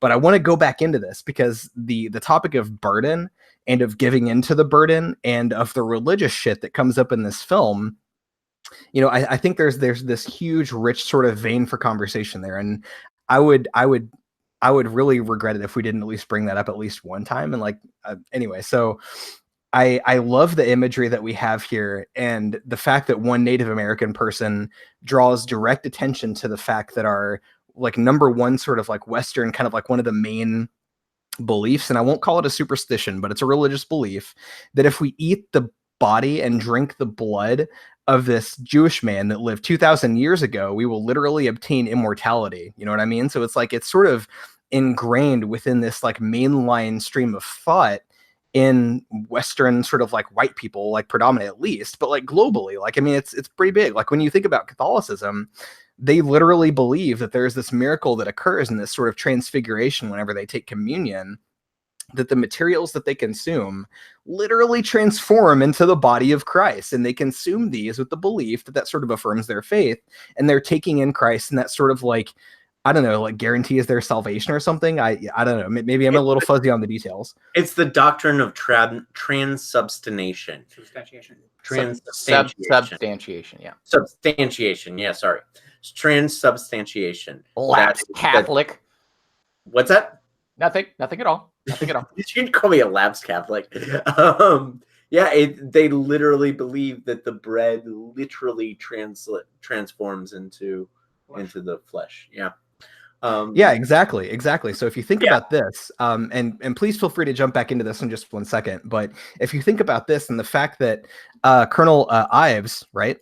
Colonel Ives, yep. He's telling Boyd just to say, you know, just give in to me, give over your burdens. My yoke is easy and my burden light kind of shit. Like, you know, he's saying just give in, just give it away, just give up your, you know, inhibitions, just like buy into this, consume the blood, consume the body, and give in to me. And so like, I really feel like if we want to consider Ives as kind of like this really dark, twisted Christ figure, I really think that ties back into the idea that maybe Boyd is literally, again, the ideal of the Ubermensch sort of like mentality and that philosophy, because he's sort of rejecting that dark Christ figure that's saying, take in the body and blood and give over your burdens to me, and like all this shit will go well for you in the end, right? Like it's going to be fine. Just give in, consume this, and accept me, you know? And don't forget that Ives is running around in the third act with a cross on his head. Oh yeah. Yeah. Well, I think Ben, to your point, Ives, whether he's seen as an overman or not, has a particular set of ethics that he's demanding be put on Boyd. And to that extent, right, like, you must conform to the way I see things. That is what Colonel Ives is essentially thrusting onto Boyd. You will make this, you will do this, right? And so far as Boyd is overcoming that sort of thing, regardless of how we cash out the religiosity or the ethics of it, that's still that's fundamentally what's going on. So I think that makes sense. I really like your interpretation. That's set up earlier too, when Colonel Hart, Jeffrey Jones's character, is telling Boyd, "Come on, we have to do this. It's our duty." And he has to sort of drag him along in this regard. And in both instances, Boyd is standing a thrust history and saying no and refusing. Yeah, I mean, I think all of that sort of ties into a lot of what Ben's saying and makes a lot of sense there. Wait, now He's does the this mean deontologist of the group, let's say. Yeah. Yeah. does this mean that this film is saying rebellion is morally correct then? Well, I don't know if it's rebellion. I think it's the overcoming of a strict ethic, right? It's something like that. I think it's the working through of your own ethics. I think it's the overcoming of a kind of it's how much plasticity you're willing to bend, and are you willing to go outside of it when pushed to that degree, right? So I think it's something like that. I mean, you can cash that out as rebellion, I guess. But I think that's really what it comes down to. You guys this is great. This is why I love this podcast, because you're flipping the way I initially saw the ethics of this movie. Ben has literally flipped my entire way of looking at this movie, and my mind's kind of blown by this. Boyd really is like that, and you're right. Ives is a Christ figure in that sense, and it works on many levels in the sense that Christ, a certain interpretation, a very prominent interpretation, is that to get to heaven, you come through Christ, right? And so this is the way. In fact, early Christians were called the way. It's like the way, right? With a capital T, the way. Well, Boyd is going, well, I don't want that way. I'm not going to do that. I'm going to go beyond that, above and beyond that, right? That is so the opposite of how I first looked at this. I saw Colonel Ives as the one who, transcended an ethic, but I like the idea I'm really liking the idea that that's a very sophomoric way to look at it, especially since he's the antagonist of this movie. Anyway. I do think that I still hold the opinion that I feel like Ives shows more character development, or at least he changes personas at least halfway through, and like maybe that's like the shadow of wearing a development. mask first. Yeah, maybe that's why I like him. I don't think. By the way, that performance of the mask of and I'm so timid and like that was especially with the Scottish accent. That I've said this before, I'll say it again. Like, if you could be talking all the shit in the world, if you say it with a Scottish accent, I'll just agree with you. Like yeah. Anyway, sorry. Yes, I agree. I fell for it. I fell for it. I felt sorry for him. Did any of you guys I felt sorry for him. I thought they needed to save him. I probably would have saved him. Stupidly. I think I would have saved him too. I mean, after all, there is a certain degree of, if it's our duty, then that is the thing that we have to do. I think Ben would have eaten him, from what I'm judging. Yeah. I think we already determined that eating humans is gross. Clearly, eating humans is where we draw the line. Hey, so I'd be remiss. There's a ton of topics I know we can get into. I like Manifest Destiny. There's some of that in this, right? Like, there's political stuff here going on. Sort of. Thank you. Okay. So. Yeah. Sorry. Go. No, I literally just wanted to say it. Smarter people go. I want to criticize the film itself for a couple of things here. Got first. So they use this very cool, interesting device of the Wendigo, and they give a head nod to the fact that this was not local folklore to California. The Wendigo is an Algonquin myth, which is northern Canada. And so the film is kind of like, Native Americans, they're all the same, there's no difference between these many different tribes. We can just import the folklore from one tribe to another. And that's kind of insulting, and it's pretty cheap. Not the least of which, because I think there's a pretty simple fix here. That you could have just set the fucking thing in Canada. It wouldn't have been that much more difficult to have done that. You would have to obviously rearrange some of the Mexican American war materials or something like that. But it could be done quite easily, and a fairly minimal gesture have been more respected to the native cultures that they're explicitly borrowing on for the purposes of their entertainment. Mm-hmm. I feel like that level of laziness is also very 90s. Another show in the 90s that does that particular thing, and it's still one of my favorite shows ever, is The X-Files. The X-Files does that exact same thing. It borrows, and it's very lazy with the actual background of a lot of the monsters. And I instinctively want to think, boy, back then they did that a lot. You know what I mean? Yeah, and there's a whole native trope that's being played out through this film and through other films of the 80s and 90s. I mean, remember Poltergeist is the house is built on a native burial ground, and that's why they're ghosts. Well, The Shining too. In Shining, it's built on a native burial ground, and that's why there are ghosts. I mean, it's kind of this sense that natives sort of underwrite a sense of mysticism, and natives underwrite a whatever kind of bullshit you want to make for your movie. You just say, well, it's a native thing, and then suddenly you can play around with it.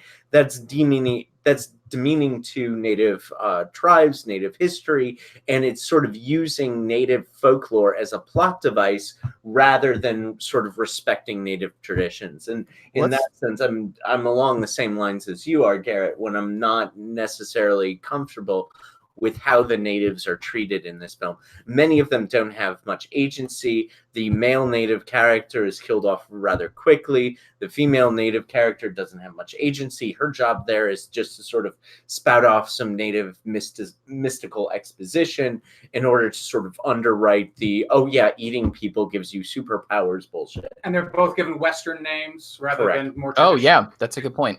Even though they are actual native actors who are playing the parts. At least there's that. At least there's that, instead of people playing quote unquote red face. They almost got Scarlett Johansson to play both of them.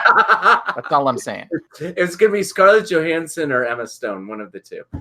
Yeah. I think let's at least go ahead and broaden that, at least for the horror genre, to say I feel like it's in the West, in America, in the United States, it's minorities that I feel like play that exact same role in a lot of horror films, where they have like this mystical quality where they come in to explain this or that mythology or like this supernatural thing, and then the white people kind of deal with the main problem, right? Right. I think that's super, super common, and not obviously a great thing. It's like, it's not a great legacy.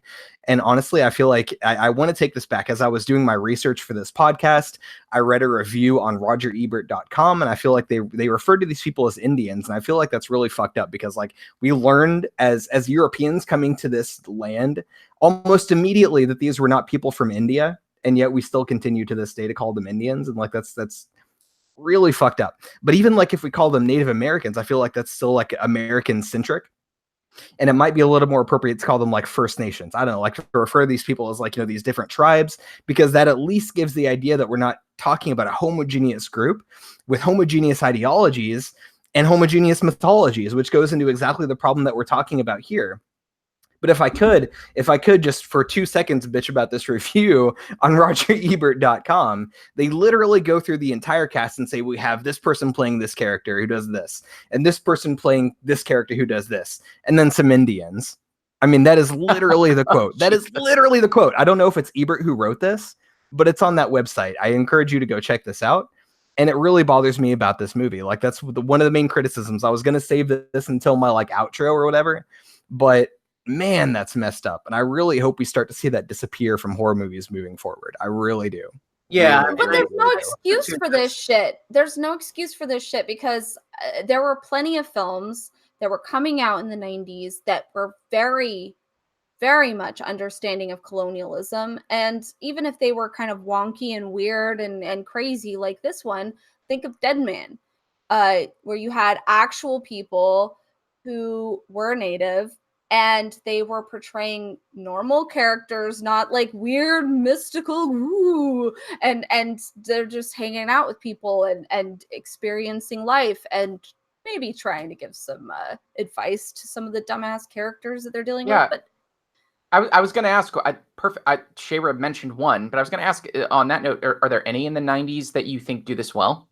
I mean, Smoke Signals is made by Sherman Alexie, a native, and to your point, Ben, some native, actual natives refer to themselves both as Indians, as Native Americans, as Indigenous people, as First Nations. So that whole the whole sort of politically correct linguistic thing gets a little wonky when you are reading Robert Warrior essays and he's calling them Indians, etc. Calling him. I prefer in this situation saying Algonquin when we talk about Wendigo, because that's actual specific. Tribe is appropriate. Yeah, you're right there. But Smoke Signals is a native made film that deals with native issues intelligently. There are some more. I actually really liked Wind River in its portrayal of Native issues. There's some people who disagree with me about that, but I really like Wind River. And go ahead. I was just going to say, to be more specific, are there any good horror films that do this well? So we're making the critique of sort of Native Americans within this horror film being the magical, tropey, you know, they tell us about the antagonist and it's this monster, it's this Wendigo, and they're treated to have, you know, no agency in this. Are there any horror films in the around this time in the late 90s, maybe even mid to late 90s, that gives a modicum of respect in that regard? That's better. Like the X-Files, again, is notorious for not doing this in every way. They have I said this before in a previous podcast. Danielle and I went through the X-Files just over a month, watched all of them, and they use the same music whenever they're in different episodes. Whenever there is kind of an ethnic person giving wisdom, when there's a Jamaican in a prison talking about voodoo, they use the same music that they use when there's a person in India doing something magical, which is the same music they use. It's amazing to me, and I noticed it instantly. So there's plenty of examples of doing it poorly. Are there any examples just instantly that you can think of that come to mind that do it well?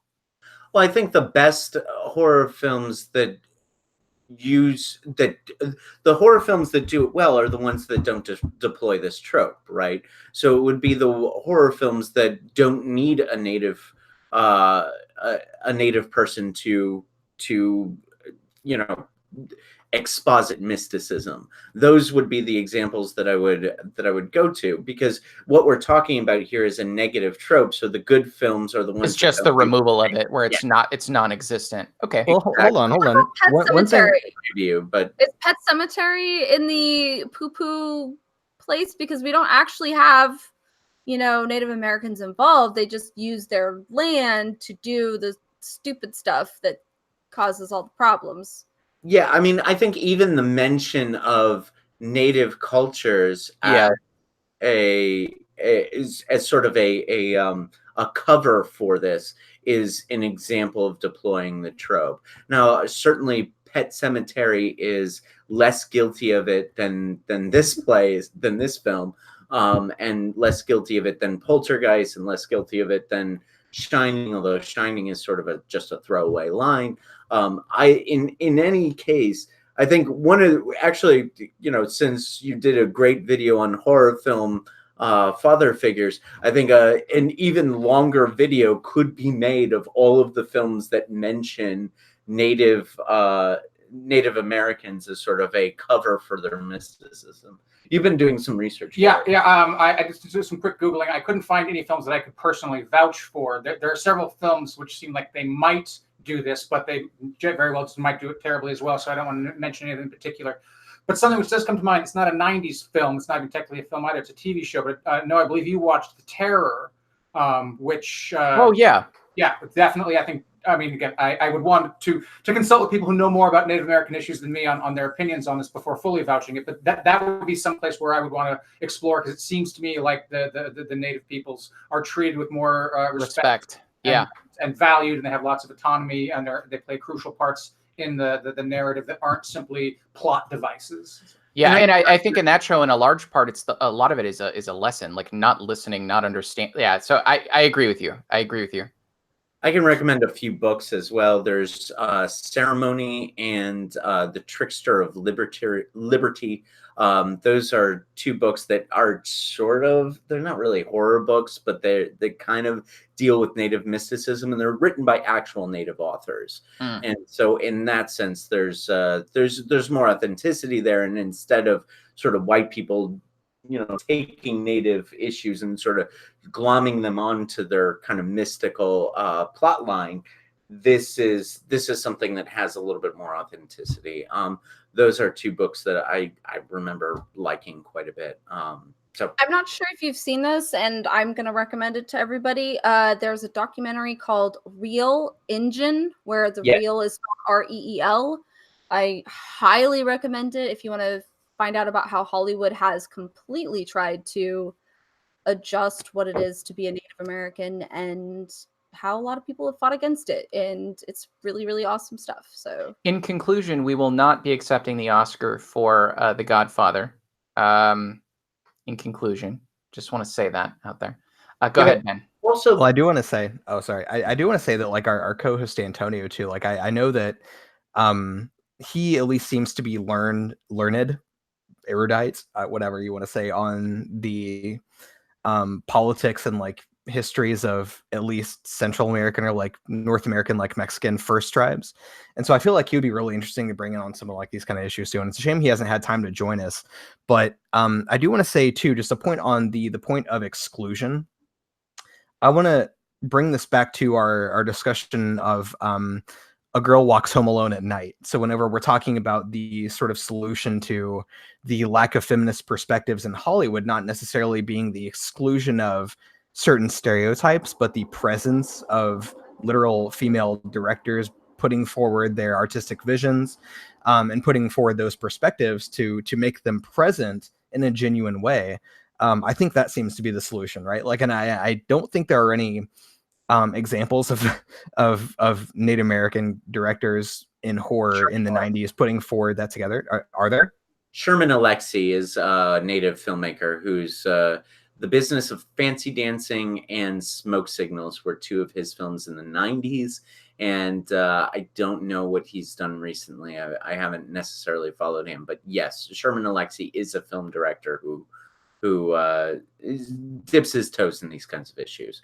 Gotcha. There are, within the Native community, there are a lot of people who kind of reject the idea that Sherman Alexie would be their spokesperson. But that said, he's one Native film director who I'm familiar with. Anything with John Wayne does a good job of portraying Native Americans. That's John Wayne, that's the opposite of true. Yeah, that's the opposite. So the other end. Let's come back now to how you first brought this up, was the idea of manifest destiny, right? Yeah. Obviously, this basic idea that it was Europeans' destiny given by God to move across the West and to conquer these lands, to kick off, if not exterminate, the native peoples, to civilize and Christianize the West, to consume them, to get stronger. Yeah, and well, it's all worked out just fine for us, right?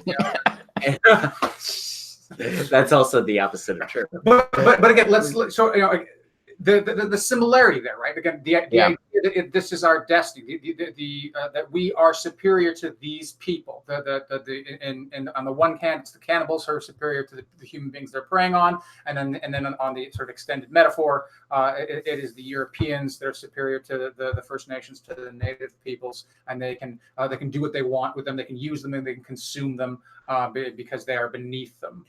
And it's underwritten by, I believe this, you can correct me if I'm wrong, but I know political philosophy isn't necessarily your game, but John Locke described ownership as those people who are able to cultivate the land. So because the natives were incapable of, quote unquote, cultivating the land, they did not own the land.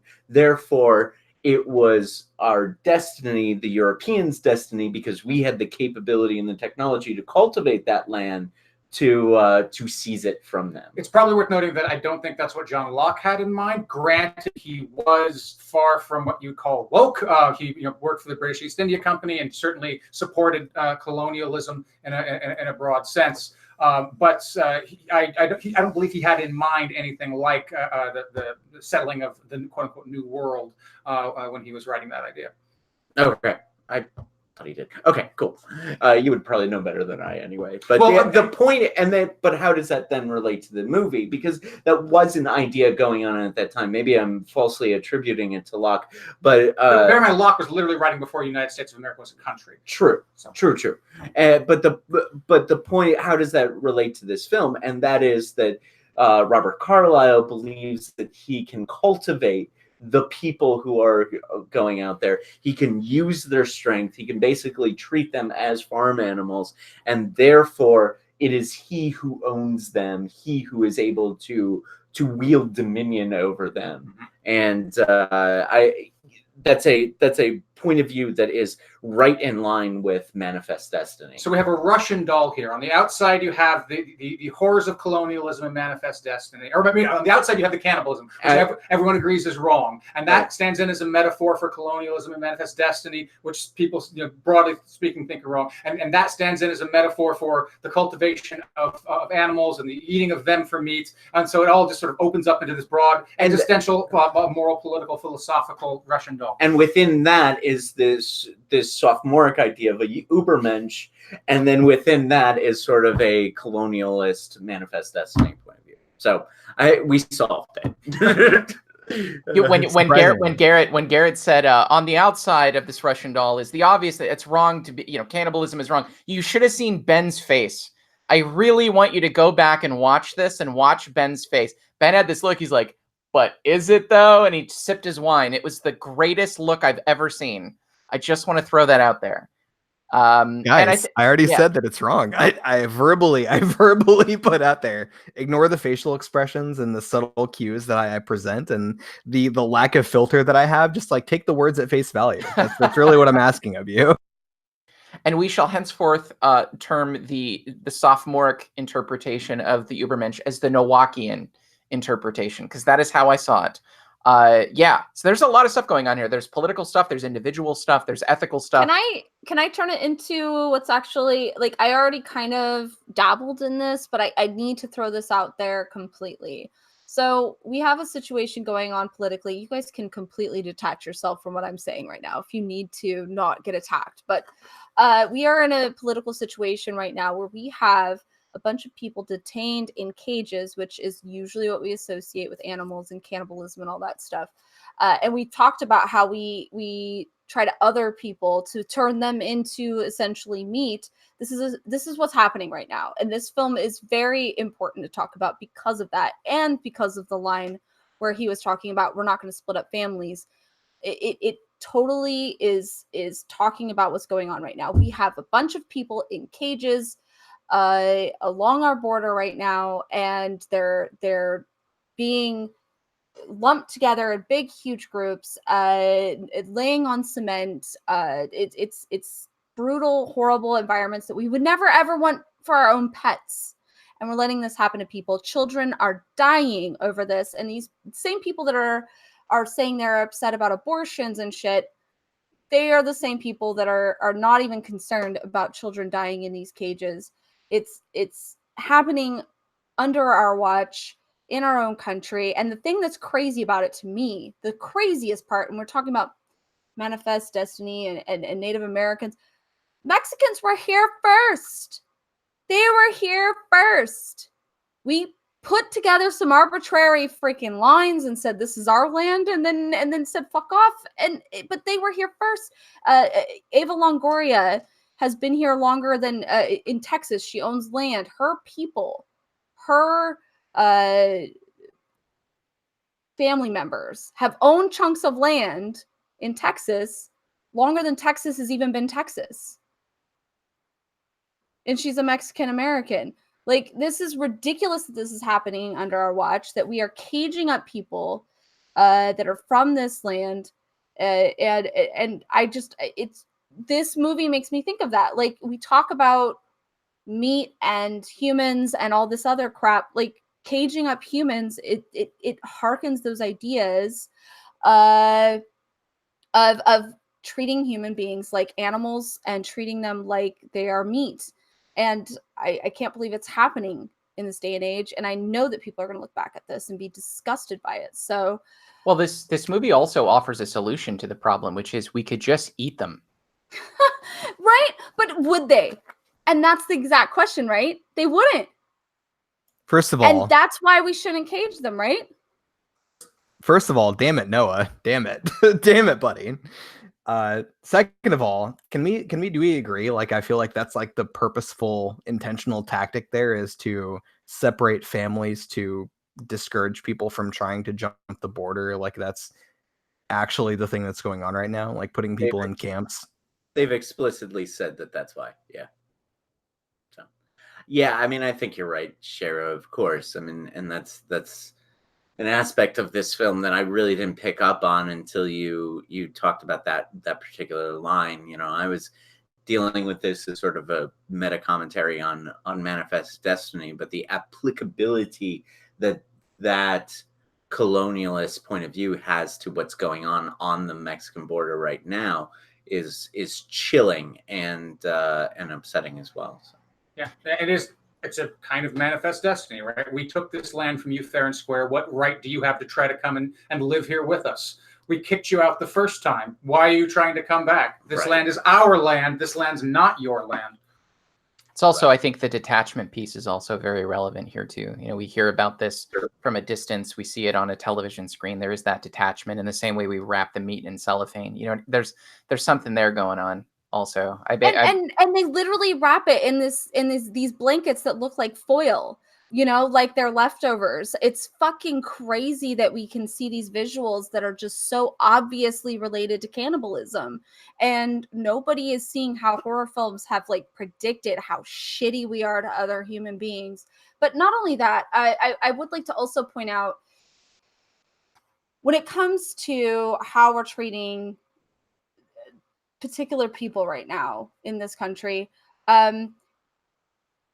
we are putting them in cages. We are putting them in a place where they have no food. We're taking away all their medications. We're taking away all their abilities to function, and we're making them have to live in these squalor conditions. It actually adjusts the way they look so that they look more animalistic, and so our tribalism comes in and we can other them and see them as dirty or gross or disgusting. And this is much like what happens with dogs when they have been neglected. They tend to look less cutesy wootsy woo. Look at the corgi butt. It's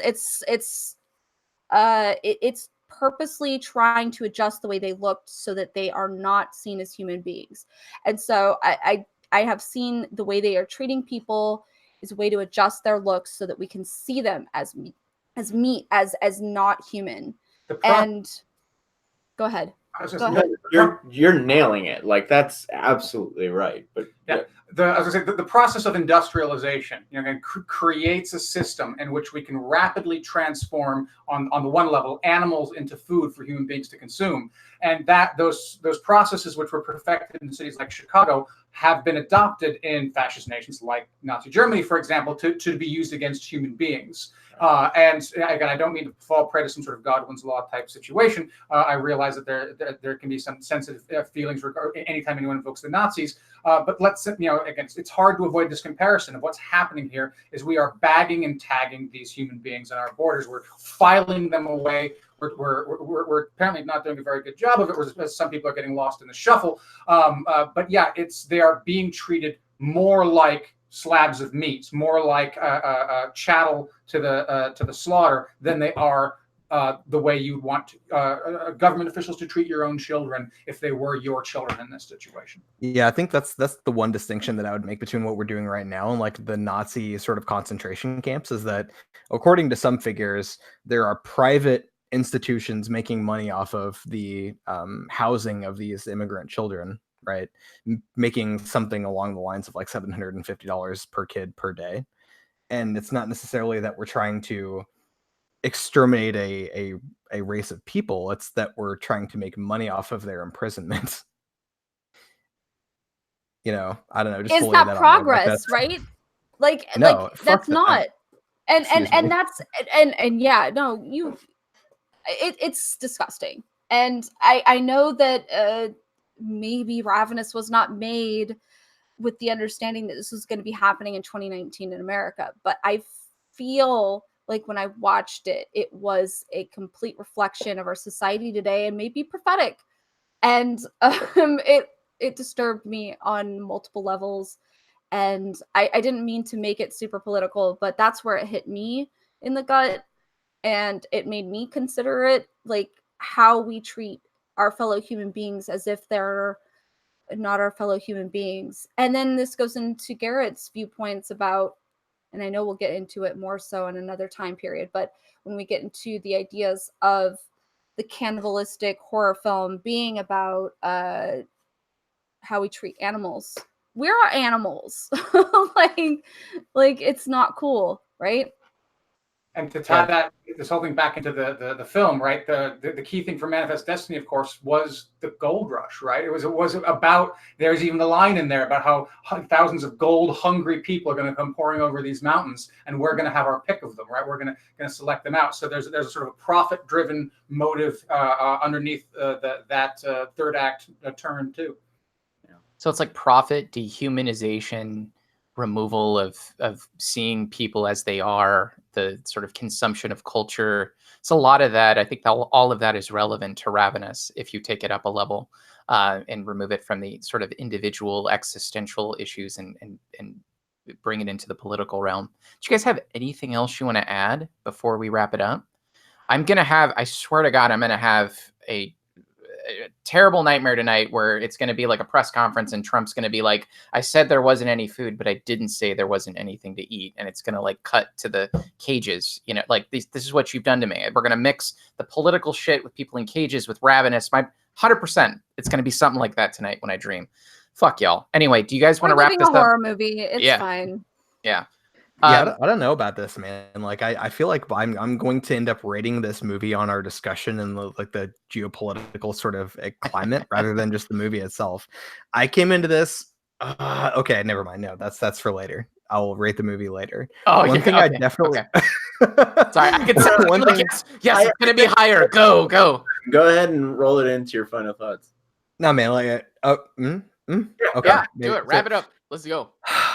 All right. So one thing I do definitely want to point out to here too is like also a very lesser known movie, I think, called the Man Who Would Be King. And I think that like sort of lays in nicely to this Manifest Destiny thing. And like it's a movie starring Sean Connery and I think Michael Caine is in it, maybe. I don't know.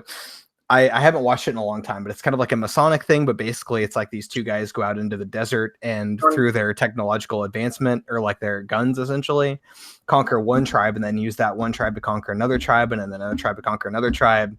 And like they have some sort of measure of success there, but then end up finding out that there's like this Masonic symbol or whatever like that this tribe has been keeping. And it's like in their temples or something like that to show that the people who come here who bear this symbol are kind of like the rightful kings or owners or something like that of this land, right? I mean, I think it. Sean Connery, Michael Caine, and it's based upon a novel by Rudyard Kipling. It's an excellent film. You got all that perfectly right. I just wanted to put the author on it too. So great, thank you for the verification. It's been a very long time since I've seen this, so I didn't know if I was remembering correctly. But I do think that really sort of like ties into a lot of what we're talking about here. So like the Manifest Destiny ideology of like, it's sort of like divinely ordained that the people who are kind of like most prosperous technologically can sort of roll in and show kind of like their advancement morally and like legally and technologically to these people and kind of like lead them through their bearing of this like one particular light to a better future. And like they have this right because it's morally correct because they're advanced, so they can show these like unenlightened people the truth and the way. And it's kind of fucked up. And like, I know a lot of people maybe like, and this is going to get super, super controversial maybe, but like, I feel like if, we talk about like the Western Europeans and potentially like white people having a culture, like, I feel like it's this, right? We roll up into a particular area. We lay down our rules and our morality and our logic and say, this is the correct way to do things. Then we assume that everyone else ought to do things the way that we think that they should be done. If we really roll this film up into a particular, like one sort of like point, I think this is it. Because there's this idea that, these particular people have the right to do certain things, or like maybe it's not wrong to do certain things because of their own personal gain. So they come in and take what they want, rolling into the Wendigo sort of like mythology there. Like they can just come in and take and take and take and they never give. But they have kind of like this ideology sort of tying back into like this Western Manifest Destiny idea that it's divinely ordained. And that's a complicated idea. That's an extremely complicated idea because like obviously in the West and in particular the United States, in our Constitution, we have this idea. I think it's in like the First Amendment, like we have this freedom of religion, but like I think there's a lot of emphasis, especially early on in the country, that sort of like God ordains these particular paths and like destinies and things that happen, and that certain people are kind of like the rightful purveyors of certain parts of the world, or like maybe like they contain the true ideals of morality or religion or like technology or whatever like that. They're more advanced, they're better, they're anointed, I guess. And that's extremely problematic, you know. Like I know that we had this idea that we should be free to believe whatever we want, and people ought to be able to practice whatever beliefs that they have in the pursuit of life, liberty, and the pursuit of happiness. But I think that comes to like there's a cost to that, because implicit in that belief and that laying out of an ideology is that other sort of groups that don't fall within that framework are lesser and deserve to be conquered and dominated. And that sort of comes back to the cannibalism thing, of course, where you have an in-group that sort of eats and consumes the resources of these other people, or literally these other people, to better themselves. So, I mean, it's extremely complex. And sort of like to tie this back into, I guess, my final rating, you know, I think this is interesting, and like discussing this film has become more interesting than I think the film was in like watching it the first time around. You know, there's a lot here to sort of dig through, and not to bore you with like a particular rant or anything like that. Like I'll try to make this short. I thought honestly, whenever I was watching this, that it was less good than Raw. And that was sort of my benchmark for like a good cannibal film. But I think now, after having discussed like the potential sort of sublayers and sublayers between the sublayers that exist here, that this is probably on par. Like even if the filmmaking was a little weak from my perspective, the writing was a little weak, like the potential here was quite substantial. You know, they presented some ideas and there were some really interesting things that sort of got their start. It's a shame they didn't have more development. And if they had development, it would have gone a little bit higher. But I guess like after this discussion, you know, moving up from maybe like what would have been a 3.5, like I'm going to put this on a 4. Just because of Nice. all of the substance that you could potentially pull into this, right? Like I didn't think it was going to be this high, you know, but there's a lot here to be discussed, and it's really interesting. And this sort of like this piece of art, this film spurs a lot of interesting discussion, and that in and of itself has a lot of worth, right? So I'm going to go ahead and give this a 4. So Justine is not happy with your score. I don't know if you can see that. She's not cool with it. But that's okay. That's okay. I guess I'll score. This I think was Garrett's pick, but it ends. So I'll go. This is like ultimately one of my favorite movies. So I want to be really careful. In the intro I said this is one of my favorite movies. It's definitely my favorite cannibal movie. That doesn't mean I think that it has the most intellectual stuff to pull from it. I think the distinction between this movie and Raw is Raw has a much, to me, a more interesting set of issues to draw from it. I don't think any of them tend to be political. I think they're more individualistic, and I look at Raw a very certain way. So I actually will give Raw the accolades of having, to me, a more interesting discussion about what to pull from it. But this is a movie to me heavily weighted on the enjoyment. You know, it's been a while, but we always make that distinction between enjoying a horror film and appreciating a horror film.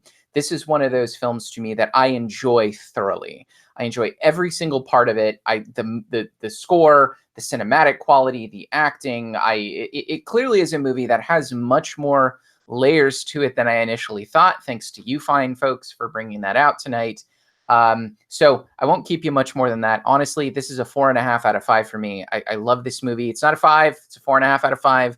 My 5's reserved for some other goodies.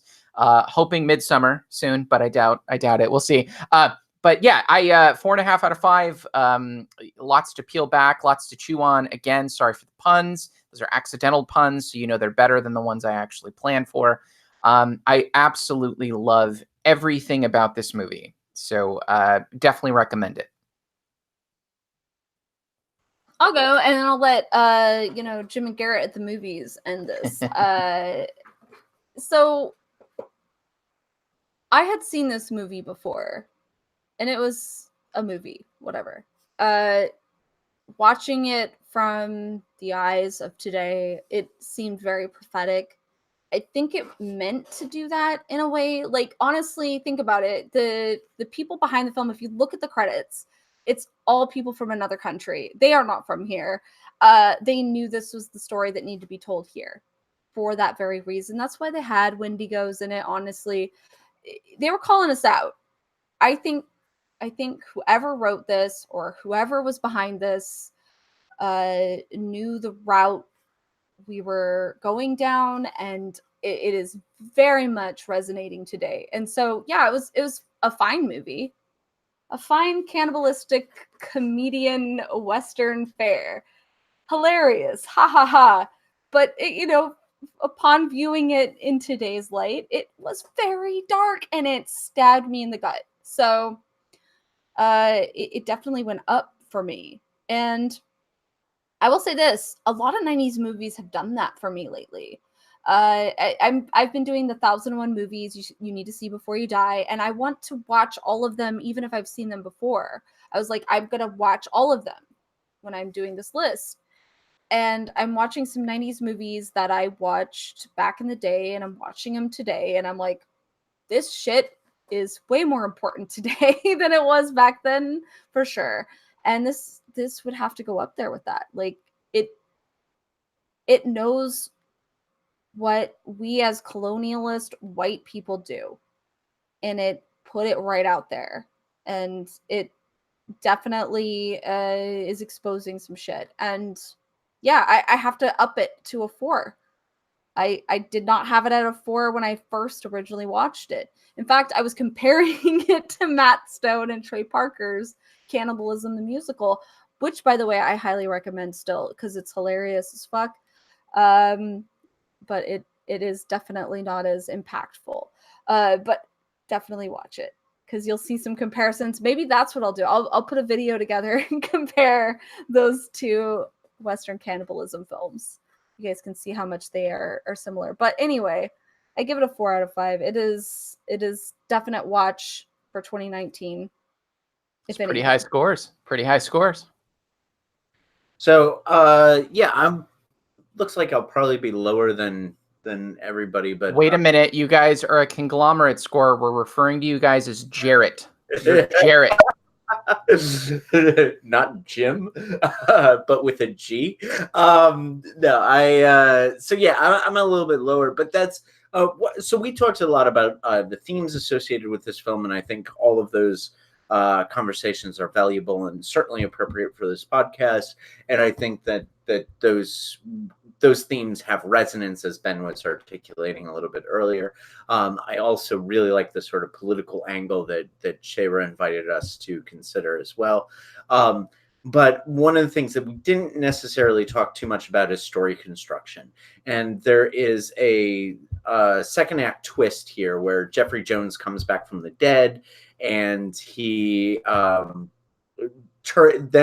then he sort of serves as this second act twist for a little while, and then he does this ex machina transition from committed to Robert Carlyle's vision to suddenly, oh, you should kill me. And that all just seems really, that's 20 minutes of the film that seems hand-fisted and structurally doesn't work for me. So we haven't talked too much about the story structure, but it's the story structure that brings this film down for me a little bit. And additionally, what also brings the film down is our discussion about the native stereotypes and how how those stereotypes are also ham-fisted, and how nativism sort of underwrites the mysticism of the movie in the deployment of a trope that needs to die. That trope that needs to die. So those are the things that sort of bring the film down for me. Positives are obviously Robert Carlyle being menacing as fuck. I think Guy Pearce is also quite good in the film. I kind of like the editing style half the time I don't. But I think it's well edited, well paced. I think that the acting is good. I think the action scenes are good. So overall, I like the movie. I'm just at a 3.5 rather than a 4.5 and a 4 and a 4. So for me, it's a 3.5 out of 5. And it has to do with that sort of second act lull that structurally that part of the story doesn't really work for me. Now, you call it a second act lull, but I think it actually might be more of a third act and a 4-act total structure, which is a comment Sure. to say that this film is structured in a peculiar way. It does not have obvious beats and rhythms like a lot of movies. That might be a reflection of the troubled production that Noah talked about earlier. I did not know about that story going into this, but in retrospect, I think that makes an awful lot of sense. I share Noah's general enthusiasm, and I think everyone here has made some really interesting points. It's been a really interesting discussion. Overall, the strength for me more than anything just is the ability to keep me engaged, to keep me guessing, to not know where the plot's going to go next, which is high praise for a film for me. I want to add in another criticism, and that is I have to disagree with Noah. I do not think the score works. I mean, that it works in some places, but as mentioned, the part when Robert Carlyle sends Jeremy Davies running and goes, "Run!" and then that jaunty score kicks in, I think that's just completely wrong. I think that absolutely the Appalachian orgy music is how we refer to it. Yes. Yeah. To me, that is absolutely the wrong emotional chord to strike, and it completely pulled me out of the film. Same thing with that the blast quote, "Eat me" at the beginning. Again, I suppose they were going for some sort of comedy or something like that, but that was not the right tone. I wish the film was more consistently dark. I wish it was more sort of consistently heavy, and things like the score and some of the editing and some of these sort of just production choices, like the quote, distract from that for me. But nonetheless, overall, I agree with the both the criticism that Jim made and the praise that Noah gave. So I split right down the middle. Give it a 4. Yeah, we didn't really hit my criticism. There's only one. They misspelled Nietzsche. That was my only. It's my only criticism. Can't believe they did that. By the way, they left out the S. That is a legit criticism. That is. What the hell? That is. But it just goes. It just goes with the rest of the movie. Like it's funky and wonky. It's twangy banjo. Nothing makes sense. It's just, you know what I mean. So you know what? It's not a criticism. I take that back. It's not a criticism. I like that part. Anyway, join us next week. Next Sunday, we will be going over another man-eater film, which is Jaws. We will be doing Jaws next week. So I will be out.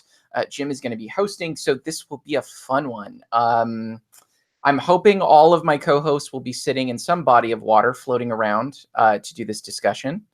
That's how you should watch Jaws. Jim, there's no body of water where you are. Cow pee doesn't count. I just want to throw that out there. So yeah, join us. We're going to be doing Jaws next week, Rear Window the week after that, and then likely the week after that we will be doing Midsummer. So hey, if you like this podcast, week after that's Rear Window. You said Rear Window? Yeah. Okay. Yeah. Sorry. Sorry. No, you're good. Jaws, Rear Window, probably Midsummer. So yeah, if you like what you saw tonight, check out Jim and Garrett at the Movies. They have an awesome YouTube channel. Again, best opening theme of any podcast you'll ever hear. Check us out on Instagram, Facebook, and Twitter. Leave a message here in our chat, in our YouTube if you agree or disagree with anything we said. Vegans are not allowed. Sorry, Garrett. You guys can't leave comments. This is not the right movie to do that. I'm sorry. We'll see you next week for Jaws. Peace.